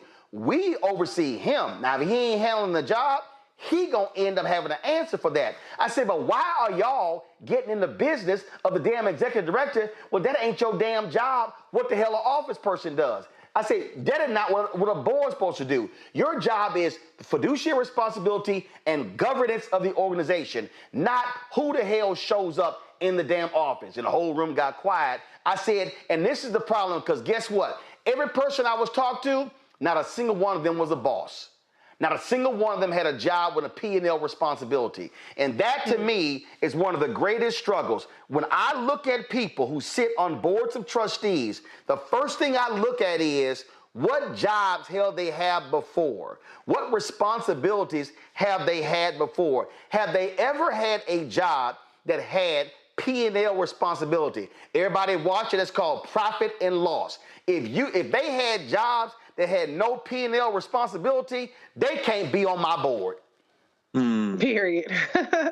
Well, listen, I have a business economics degree and accounting minor from UCLA and an MBA from Northeastern and 20-something years in finance. And so it's unfathomable to me that you can't balance a damn checkbook as a whole university when you're getting multiple get out of jail free cards. And so this is just negligence and it's unacceptable. And we want to save our institutions, but we want our institutions to uphold their fiduciary responsibility, not just to to the state and to all the different laws they have to abide by, but to the students, it's totally unfair that they're getting caught in the crosshairs and their degree is losing prestige because of mismanagement. And so I do want to defer the rest of my time though to Dr. Carr, because it seemed like he was on to something, and I wasn't picking up where he was picking up. So I want to see what Dr. Carr had to say about the whole sports thing, if you don't mind, Roland. No, and Greg, before I go there, our frat brother, Dr. Walter Kimbrough, went down there to Talladega. And you know what he did? He got rid of several sports programs. You know what he said? We can't afford these. And, I'm with him 100%. He was like, hey, let's stop trying. And then again, I get it. There have been a number of HBCUs announced they want a gymnastics program, they want a lacrosse program. This is real simple. If you cannot afford sports programs, stop trying to have sports programs. Focus on what you can actually do. What Kimbrough did, on point. And guess what? He said, I'm sorry this is going to negatively impact coaches and players. He said, but if we can't afford the programs, why do we have them? Greg, go ahead. Roland, I spent my whole life teaching at black institutions, and I went to one. And Reese, you did pick up on something. The St. Aug thing to me is very simple. These white boys want the campus. They came at them with the sports thing for a gangster rate, and they had them between a rock and a hard place, because you can literally stand on the campus of St. Aug, as I've done several times. You can stand on the college of St. Aug University and throw a rock and hit the damn North Carolina legislature. If anybody thinks these business boys ain't in bed with the government, then you're not paying attention, because they did the same thing to Shaw, which is even closer to the legislature downtown Raleigh. They want the campus. So they sent these white boys in with the gangster thing, and they was like, we'll do it because they're between a rock and a hard place. The AG says, well, we can't allow you to do that. Then they come back around with the gangster loan. That interest rate is to ensure that they default. And what they put up for collateral? The same damn campus that the white boys try to get the other way. This is all collusion. We see the same thing down there with that punk-ass Jason Mumpower, that bastard who is the comptroller in Tennessee that tried to gangster Mason, Tennessee out of their property. He the same one saying Tennessee State needs to sell his downtown campus. Why? Because you can spit from the Avon Williams campus and hit the governor's office. This is what's going on. So that's the side. But here's the dilemma for me. Walter can do that because his campus, Talladega, is in the middle of nowhere. You could do that. Michael Searle at Paul Quinn came in, no HBCU background, no HBCU experience. We're going to get out of the sports business. We're going to do this. Okay, fine. Makes perfect sense. If you're Gordon Gee, the chancellor at Vanderbilt, who decided he wanted to take intramural sports, put that as the marquee flagship thing for Vanderbilt, and they went apoplectic and stayed in the Southeastern Conference, well, you can play around with that because they got more money than God. But if you're Tennessee State, you're between a rock and a hard place. And this is where I finally want to go with this, because I just came back from Benedict. I was down there at Benedict. Rosalind Artis is president down there. I don't know President Artis, but I do know that the faculty isn't very happy at this overemphasis on, not just STEM, but like, cyber security, these kind of things. Very important, but at the expense of the humanities. Here's the dilemma. Our HBCUs are at the same place they were when Booker Washington said, leave all them books alone and let's just go get some job training. And Du Bois said, hold on, son. I know you came out of slavery, so I'll give you some leeway. But do you understand that these white people think like masters of the world? You're thinking like a damn person looking for a job.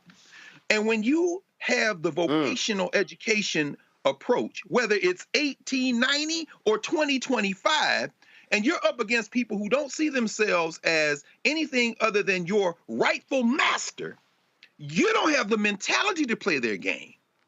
And so, yes, the trustees are insane. Howard's in court right now because the alumni is suing them because they got rid of the student, the trustee, and the faculty representatives of the board and claimed it was in the name of transparency. It almost sounds Trumpian when I say it, but the point is this. When you know what I'm saying? But when you approach these things without a holistic sense of being a people, then you are in an impossible situation because you're facing forces like an accreditation board. SACS is no different than Middle States, which is what Howard is under, and Morgan and all those schools in the Mid-Atlantic. SACS is that equivalent. That's Morehouse, that's Spelman, that's St. Aug, that's North Carolina Central, that's Shaw. The accreditors had them over the fire about financial issues. And Jay, you brought it up. I mean, when you start talking about faculty having the number of employees, what you're doing is a drumbeat undermining of the structural integrity of the institution because your long game is to take the institution.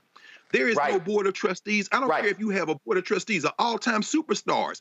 As long as Negro athletes go run for the University of Alabama instead of Tuskegee, as long as black women playing basketball for University of South Carolina, and God bless Philly's finest Dawn Staley, I got nothing but love to Dawn Staley, but as long as her girls are draining jump shots for South Carolina and not South Carolina State, as long as we don't think like a race, the destruction of HBCUs is inevitable. There's no superstar that can save it. No board, no trustees, no president, no faculty. As long as we think the white man's ice is colder, we're going to take this L. The thing for me is very simple, and that is, you're right. And I've had people hit me about Shaw, the selling of the radio station, all kinds of stuff along those lines. I mean, that's been happening for years. So if I'm going to start with the premise that I know these white folks want this, what I'm not going to do is hand them the gun and the bullets and then put my finger on the trigger. No, I'm gonna make them. I'm gonna be dodging so hard. They're gonna have to be an accurate shot.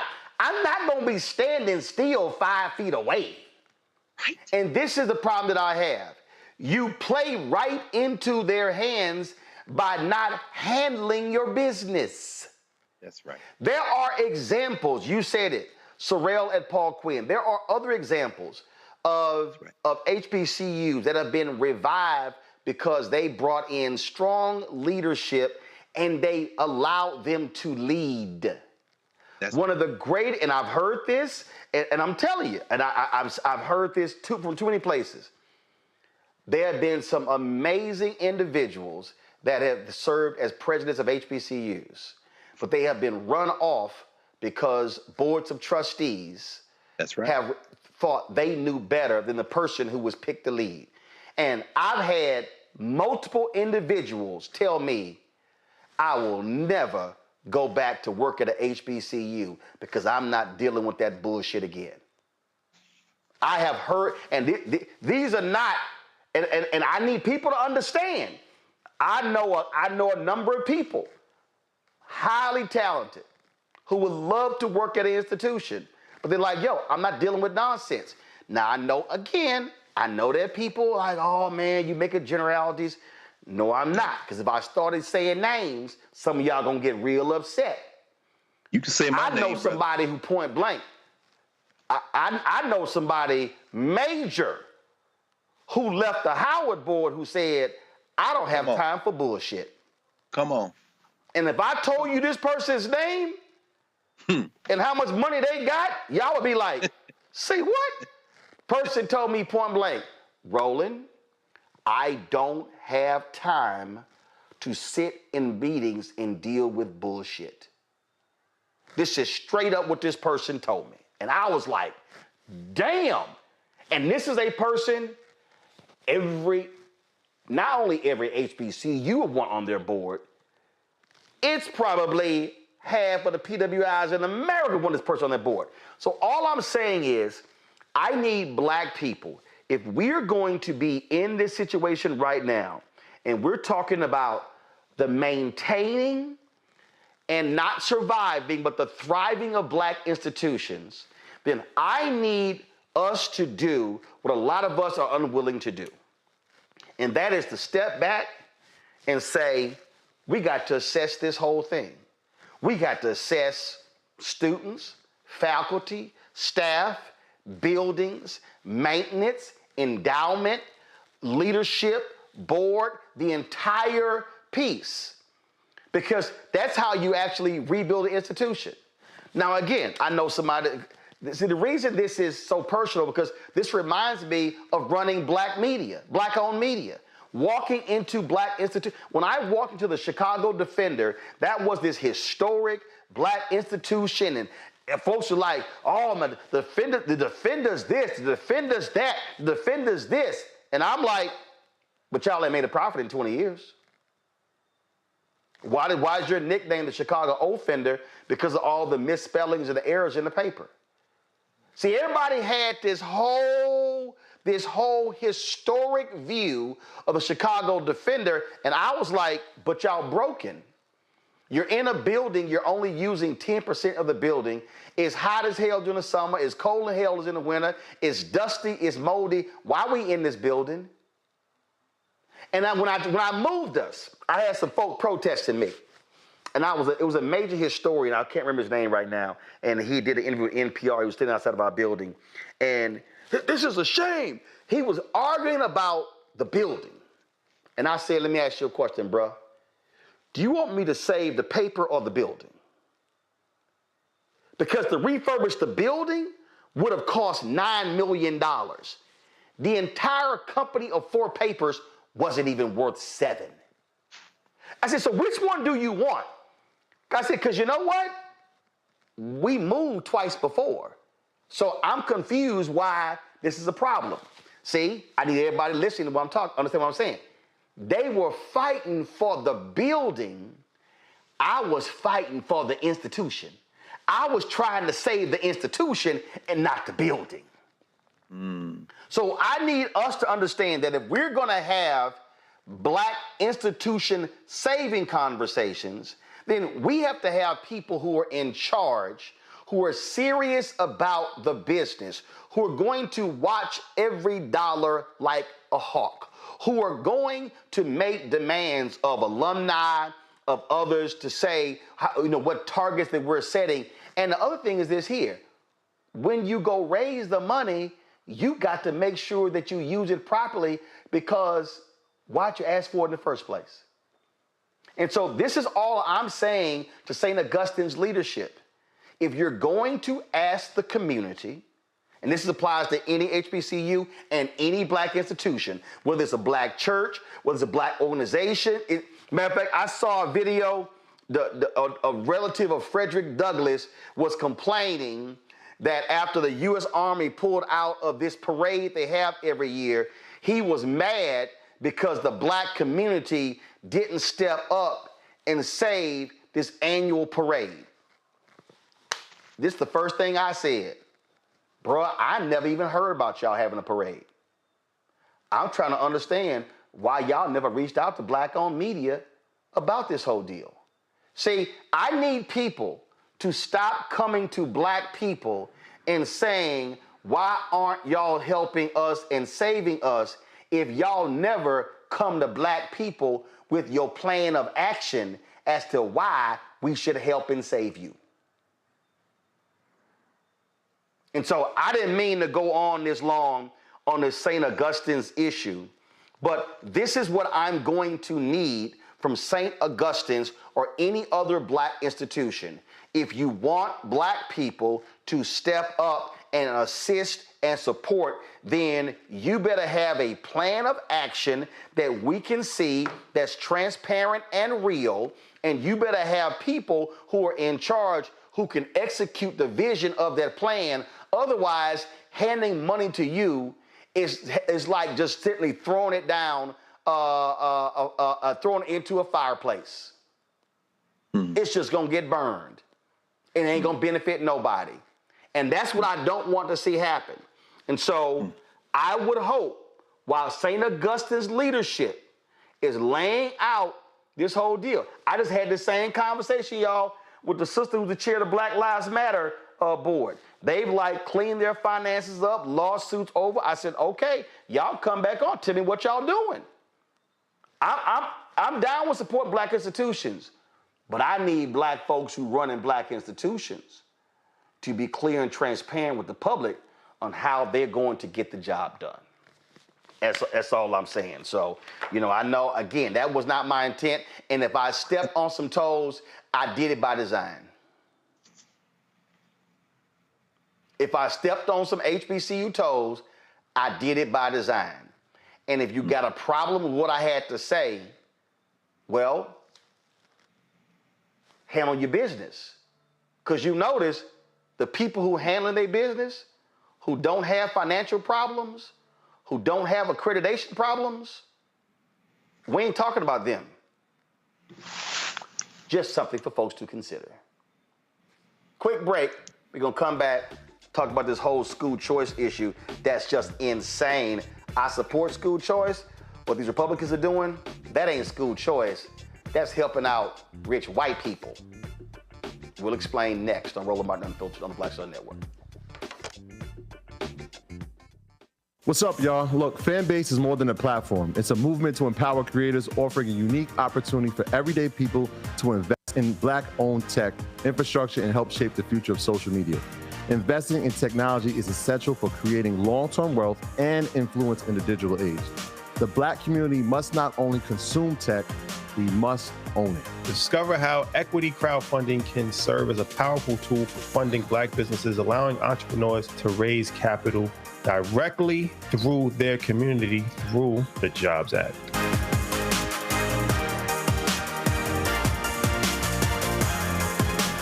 This is Essence Atkins. Mr. Love King of R&B, Raheem Devon. It's me, Sherry Shepard, and you know what you watch. You're watching Roland Martin Unfiltered.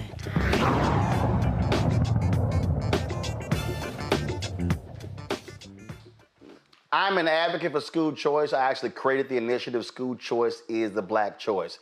But what you're seeing take place across the country in Texas and Tennessee, other places, y'all, that ain't school choice. It's the destruction of public schools.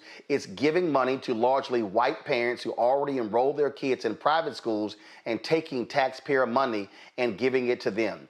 In Texas, during a House Public Education Committee meeting, Republican Representative Charles Cunningham discussed how, y'all, listen to this, and this dude black, he discussed how the 1957 school integration decision was fundamentally about school choice. Y'all, this Negro literally said this. Listen. We all know what 1957 was all about. 1957 was about school choice. The court got it wrong with integration. And I'm just speaking only on my opinion. The same group that's was fighting it then is the same group that's fighting it now. It hasn't changed. And so this is about choice, parental rights. The child belongs to the parent. That's who the child belongs to. And I think our counterpart here has already said that. We can all agree to that. But it's where we're trying to go and where we're trying to get there. I raised 4 kids, 9 grandkids. Gave them both the balance of both worlds. Some went to private, some went to public. I went to a private school, I went to a private college. So the blend is good. We just need to make sure that we get it right. And so I'll turn it back over to you, Mr. Chairman.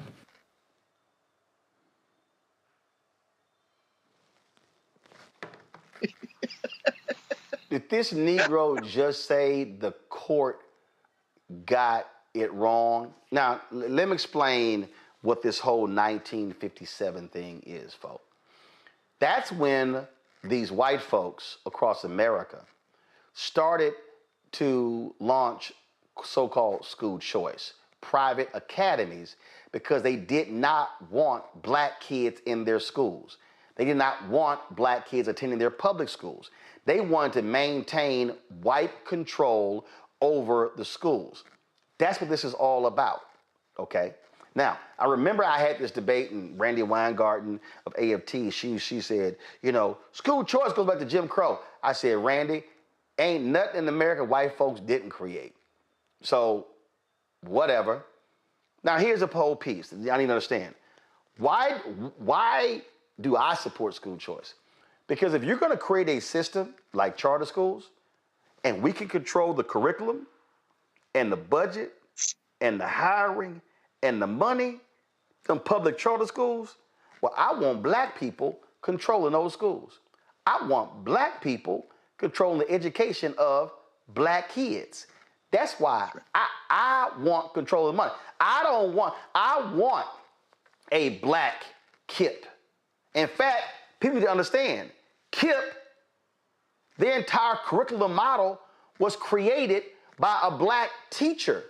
One of the KIPP founders walked across the hall and saw how she was using music and rhyme to teach the kids in her classroom, and that became their education model. So hell, black folk created that, but the sister wasn't one of the co-founders. Two white guys were, okay?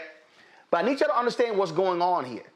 What these white billionaires, David Yass and others, what they're doing is they're using the power of Republicans having supermajorities in places like Tennessee, Texas, Arkansas to completely dismantle public education, because what they want to do is they want to create a voucher program where everybody in the state gets vouchers.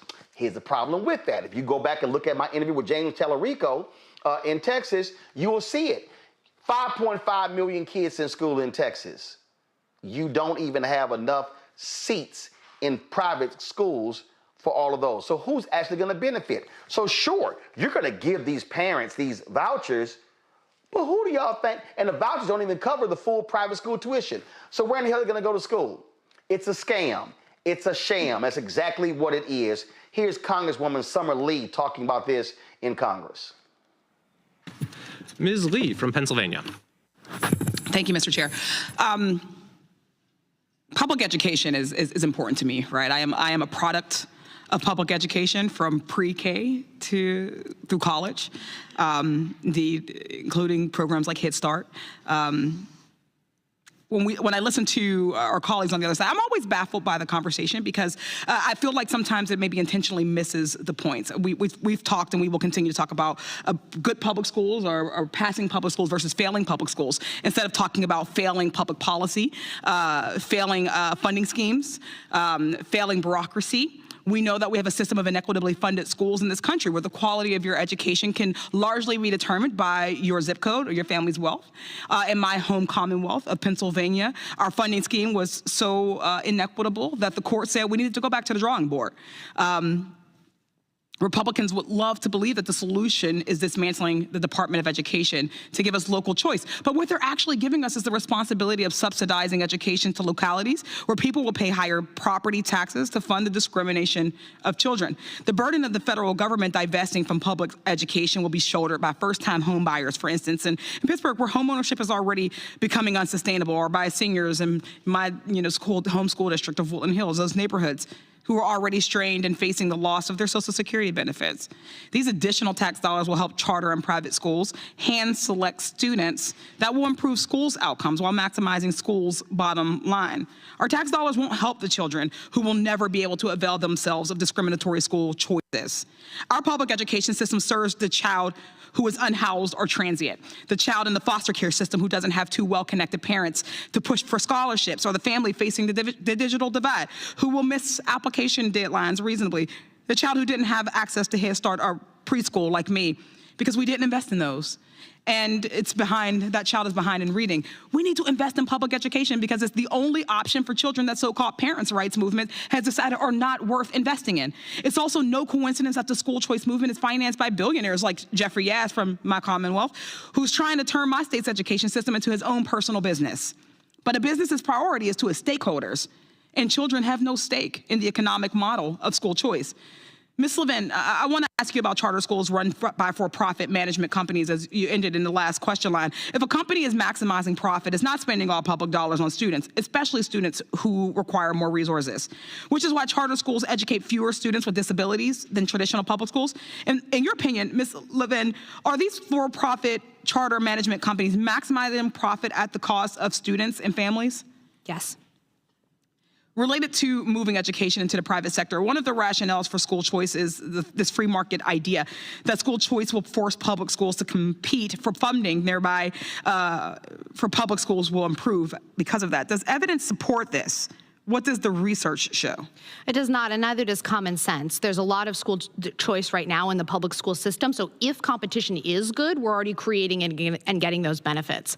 But providing high-quality education shouldn't be accomplished through cutthroat competition. It should be accomplished by giving every school the resources that it needs. Thank you. According to the 2022 GAO report, over 30% of Pennsylvania charters that receive federal charter schools program grant funding between 2006 and 2020 closed or never opened. I request unanimous consent for the 2022 GAO report on federally funded charter school closures to be entered into the record. Without objection. Thank you. I've heard countless stories about charter schools closing because of fraud and mismanagement, and voucher programs taking advantage of the fact that they have no fiscal accountability. How concerned should we be about mismanagement, fraud, and corruption if we expand federal support and funding for charters and vouchers? We should be very concerned. You're right that there are numerous reports throughout the country of both charter and voucher schools engaging in fraud, waste, and abuse of public dollars. It's unconscionable to send billions more in a federal voucher program to schools that have almost no accountability or transparency requirements. Thank you, Ms. Levin. It's clear that school choice, this school choice fallacy we're talking about today just exacerbates the inequalities, the inequities we already have. Wealthy white families will continue to have their choices subsidized by depriving largely Black and brown and other marginalized children of educational opportunities. If school choice is going to work, children and families do need real choices. A for-profit charter school that closes a month after opening because of fraud and mismanagement is not a real choice. A private school where tuition is twice as much as a child scholarship amount, where a child is not entitled to an IEP, and where a child can be expelled, for instance, for having two moms, is not a real choice.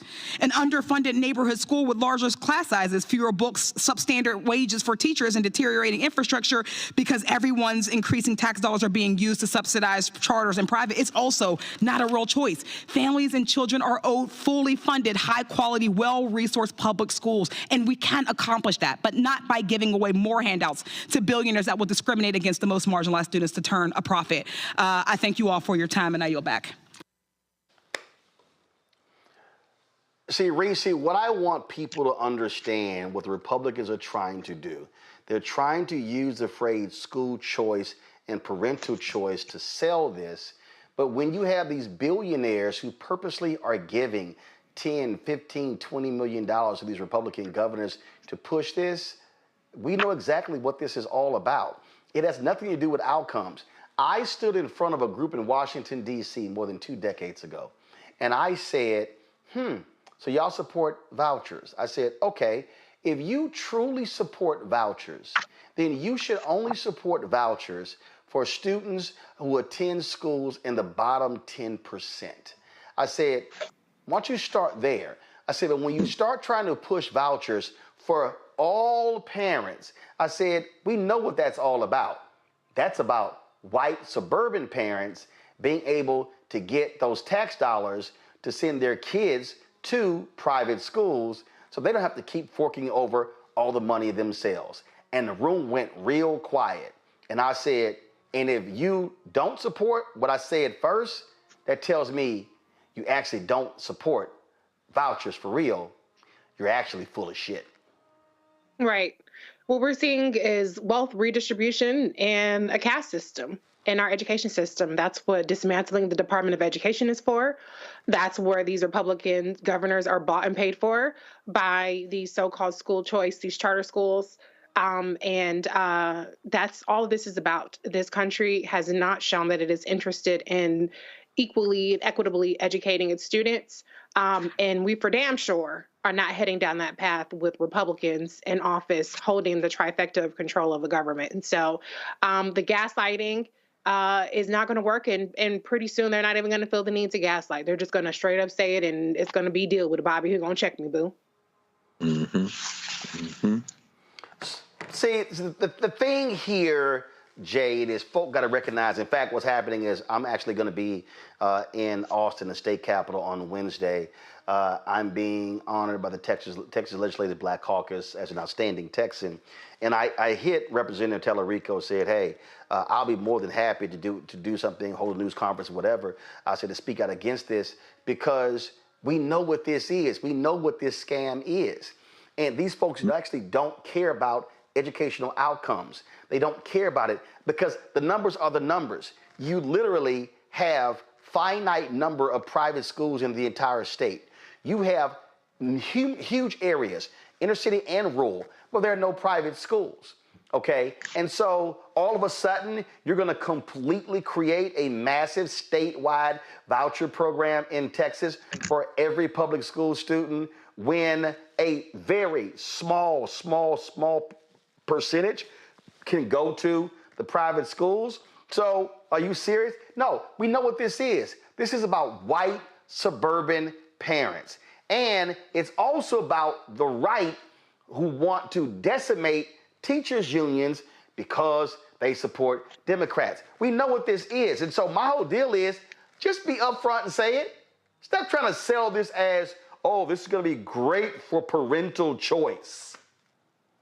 And Roland, you're right, because there's no parents or students at the table, right? This is for the need, like you said, we already know what this is for. And this is for the bureaucrats to continue to try to hold on to the power, every sense of the power that they have and that they've always had. And like you said, the same ones who can afford to send their kids to private school. Also, I am so sick of this administration weaponizing education and treating education like a business, right? Instead of like a service that it really is. They're treating it like an option instead of it's a necessity.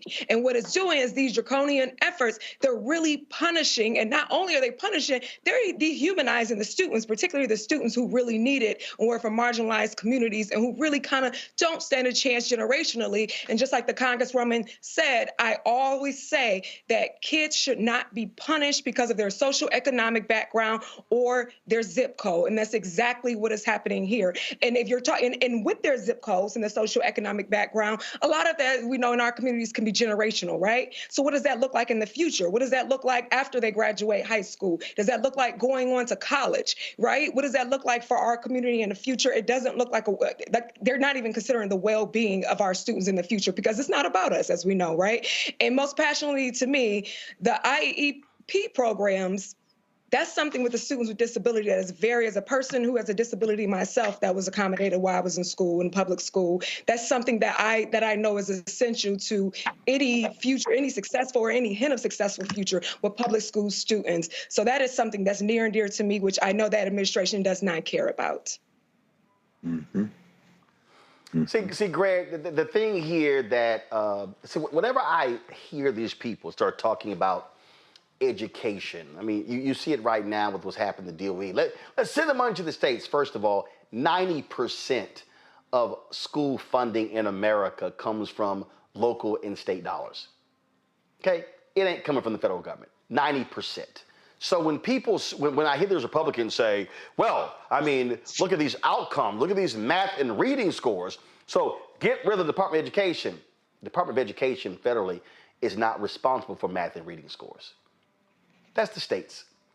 And the fact of the matter is, when you look at some of the worst places in America when it comes to education, a lot of them are in southern states, red states. But it's amazing how they seem to forget that. But the next thing is, when you start talking about educating kids, it goes beyond just, you're talking about buildings, facilities. You're talking about kids who go to school hungry every single day. You talk about kids when it comes to health care. So the issue of education in America is not solely a school issue. The issue of education in America, it is a neighborhood issue, an economic issue, a parental issue. It is a widespread issue. And it's not even just solely a funding issue. It's a lot of things that actually go into it. But the reality is the same people who all of a sudden now want to yell school choice are the same folks who never truly wanted to invest in non-white public schools. Yes, that's right. These are the same people who, if we were back in the days of captivity, would be the plantation owners. They want their people controlled. And you're absolutely right. I mean, and I love the way that we opened with the EPA. It's the same playbook. You read Project 2025 for the Department of Education. What they don't like about the Department of Education is regulation and oversight. Regulation, meaning you get to manage these dollars, these federal loan dollars and all that stuff, and oversight, K-12, part of that is data collection. So just like we were hearing earlier, you want to get rid of any oversight capacity so you can smash the numbers and make anything make whatever sense you need to make it make sense. And you want to steal all the public dollars. Now, our friend Chuck Cunningham, the pride of Humble, Texas, who went to Our Lady of the Lake University, Chuck Cunningham, sir, I would recommend to you one book. Here it is right here. The Privateers, how billionaires created a culture war and sold school vouchers. This just came out, Josh Cowan. But then again, I wouldn't recommend this to you because you already know. Because you're owned by the billionaires. Either that or you're stupid as hell and you wasted all your mom and daddy money to go to that school. Well, he was in the military, actually, so he probably wanted the GI Bill. Imagine that as they're eviscerating veterans in this country. What an embarrassment to the race you are, sir. But when you start looking at these companies, the Cato Institute, the think tank, was formerly the Charles Koch Foundation. The Milton and Rose Friedman Foundation, which is now Choice. The American Federation for Children. When you look at these foundations, you know what they are? They are think tanks designed for one purpose and one purpose only: to move public dollars to private schools. That's it. Now, here's the thing, and you've already laid this out, so we won't rehearse this again, Roland, but what you're raising is very important because education systems in a society are to bring into adulthood and to the responsibilities for continuing society young people. The reason that the American education system has never been uniform is because there are too many people here who people don't want to educate. It is the racism that's going to kill the American education system, just like it's going to be the racism that kills everything else. You said it absolutely right. This is the same rotten sickness that affects everything. And when you see this fight, and you know, Roland, you know, school choice, I am for, like Du Bois said. Du Bois said, I'm not for segregated education. I'm not for integrated education. I'm for education for Black people by any means necessary. I saw this play out. The Council for Independent Black Institutions, the African-centered schools, some of which you know. You were in Chicago. You know Baba Haki and Mama Safisha Mahabudi and the African-centered schools there in Chicago. Roots Public Charter School here in D.C. Sankofa Freedom Academy, the K-12 Freedom School that I was one of the people who helped write the proposal to get it in Philadelphia. We took the charter school dollars because of exactly what you said. If we can get public dollars to control our curriculum, hire our teachers, then we want our money back to do exactly that. That has been the core, and I saw the debate in CB, the Council of Black Institution, in the 90s, when some folk were like, yeah, that's not how this is going to work. Finally, this is what it comes down to at the end of the day. Whether it be the 1990s in Milwaukee, which meant ultimately Wisconsin, where you had an old school Black nationalist, Owuku Sadaki, his European name is Howard Fuller, with charter schools there in Milwaukee, whether you saw in the 2000s with Betsy DeVos being slapped back with the voucher referendum in Michigan, only to reappear in the Trump administration to push that shit at the level of the federal government, whether it be in the 05s and 06 when Indiana went public charter and voucher and got their money on that, got their hands on that. Mitch Daniels, remember, the governor of Indiana, or whether it be in 2022 when Moms for Effing Liberty, these fascists with a whole agenda, or one agenda only, to eviscerate public dollars and put them in private hands. The agenda has always been the same in this capitalist country. It's profit. And the best way to protect profit in the United States of America is to go hardcore white nationalists and get these hillbillies who would rather have their whiteness over their lives, eviscerate the things that might lift them out of poverty through education, and bleat their votes over to people who couldn't give less of a damn about them. And that's what we're seeing playing out in Texas yet again. And the last thing that they actually want to do, folks, they want to fund religious institutions, private religious institutions. That's right. That is also because they desire a conservative theocracy in America. So just understand the game that's being played. And the last point I'll make here, there was a white woman over an organization in Texas. This probably was 4 or 5 years ago. I think it was pre-COVID. And she had reached out to Dr. Steve Perry, who's doing amazing with his charter schools in Connecticut, in New York City. And so Steve was like, well, I don't know anything about Texas. He said, but you can call my man Roland. So they get me on the phone. It's a three-way. And so while the woman is talking, I can't remember the name of the group. I'm looking at her website. And so they wanted Steve, and they want us to help with mobilizing Black and Latino parents to support. This was the initial voucher plan. And I said, well, baby, your plan gonna die. She's like, excuse me? I said, yeah, I happened to play in the golf tournament, the Texas Black Caucus golf tournament about 3 weeks ago, and y'all plan gonna die. It ain't gonna go anywhere. I said, so the inner city folk and the rural folk gonna kill y'all plan. I said, but let me ask you a question. I said, do you know what are the high-performing Black and Latino charter schools in Houston? She said, no.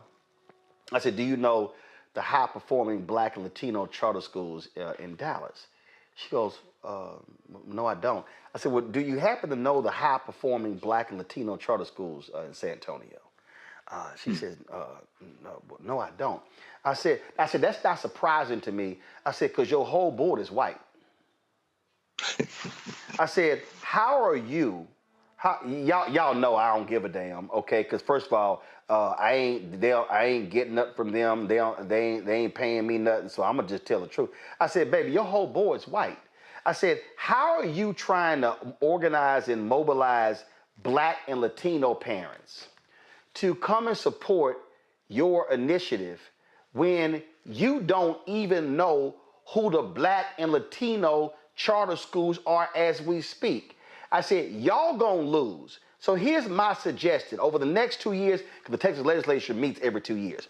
I said, my suggestion in the next 2 years, you go figure out who the Black people are right now at those schools and go learn and talk with them. I said, as opposed to only trying to get Black and Latino people to come help y'all white folks out in Austin because you looking to actually help white parents.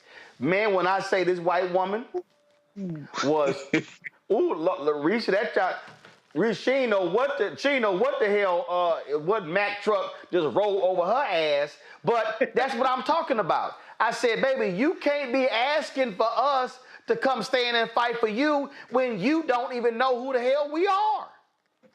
But that's what we're dealing with. And what they did in Texas was, it was rural Republicans, conservatives, who voted against the voucher plan.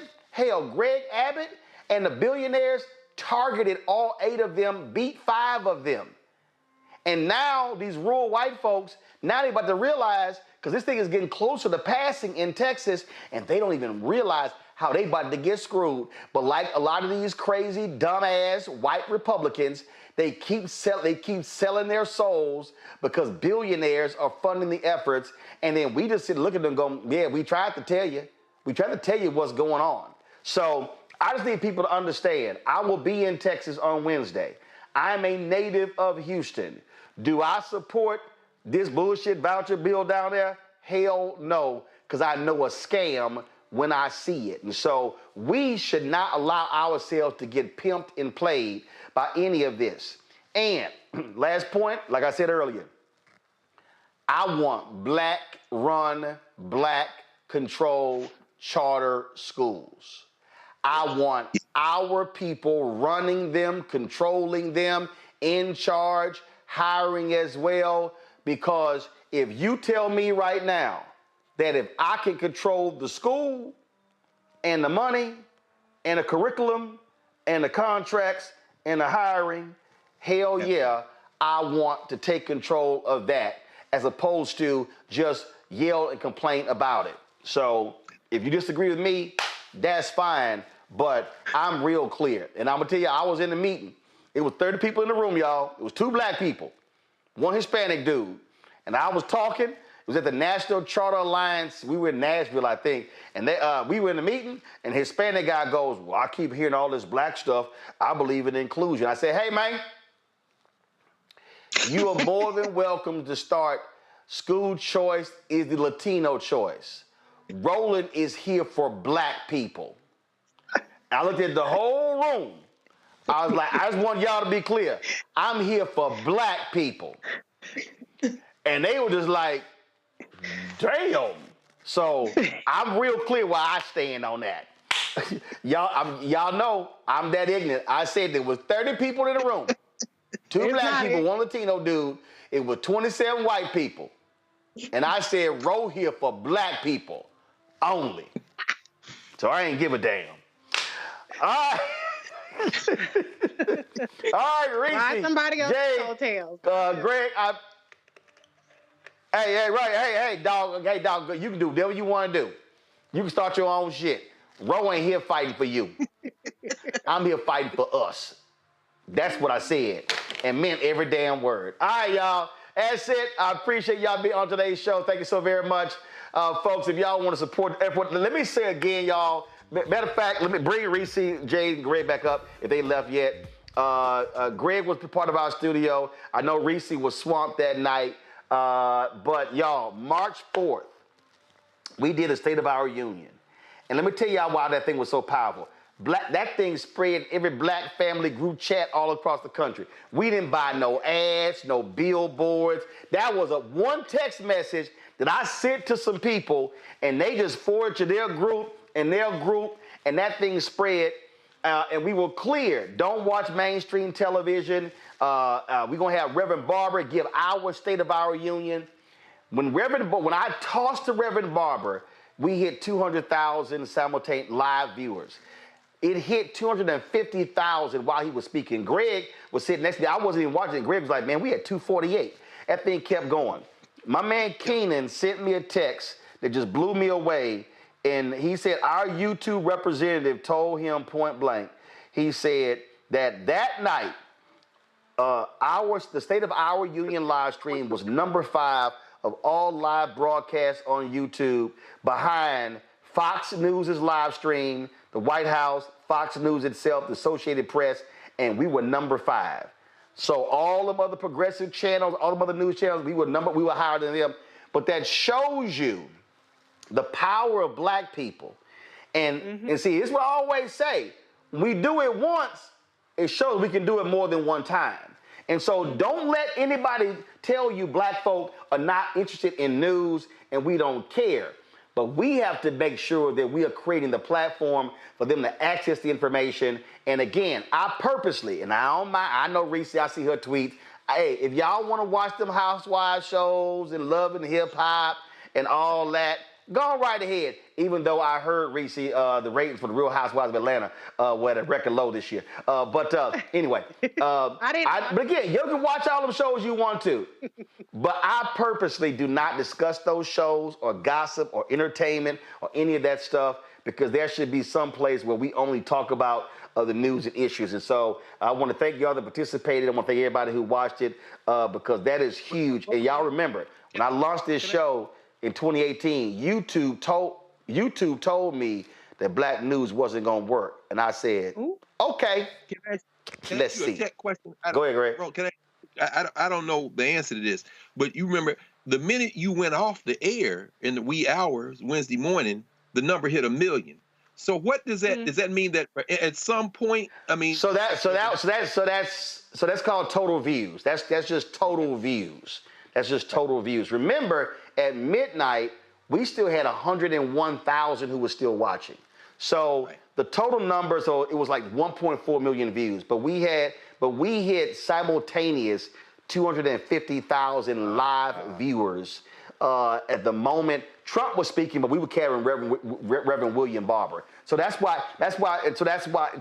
how they calculate in terms of how they determine views. But people were watching us literally simultaneously. They weren't just hopping on and off. They were simultaneous and watching throughout. Okay, thank you. Right. So again, I want to thank everybody who did that. And so, panel, I appreciate it. All right, thanks a bunch. I appreciate it. Yeah. Thanks a bunch, folks. Oh, I appreciate it. Thank you so very much. Folks, if y'all want to support the work that we do here, listen, like I said, we ain't got millionaires, billionaires sending us money. Your support is critical. And so join our Bring the Funk fan club. We've had more than 35,000 people who have joined our Bring the Funk fan club since we launched. 35,000 individual donors. That's not people giving every year. But if you gave one time, you're listed on that. So you want to support us by Cash App, use the Stripe QR code. Use Stripe. This is how you access it right here. This is the QR code. Point your phone to it, and then just click Cash App Pay button to contribute. Also, you can send your check and money order, P.O. Box 57196, Washington, D.C., 20037-0196. PayPal is rmartinunfiltered. Venmo is rmunfiltered. Zelle, Roland at RolandSMartin.com, Roland at RolandMartinUnfiltered.com. Download the Black Star Network app, Apple phone, Android phone, Apple TV, Android TV, Roku, Amazon Fire TV, Xbox One, Samsung Smart TV. You can also, of course, get our swag by going to RolandMartin.creator-spring.com. You can get your merchandise. Our shirts, FAFO 2025, Don't Blame Me, I voted for the black woman, and lots more. QR code is right there. You can also go to the website or go to blackstarnetwork.com. Be sure to get a copy of my book, White Fear, How the Browning of America is Making White Folks Lose Their Minds. Available at bookstores nationwide. Get the audio version I read on Audible.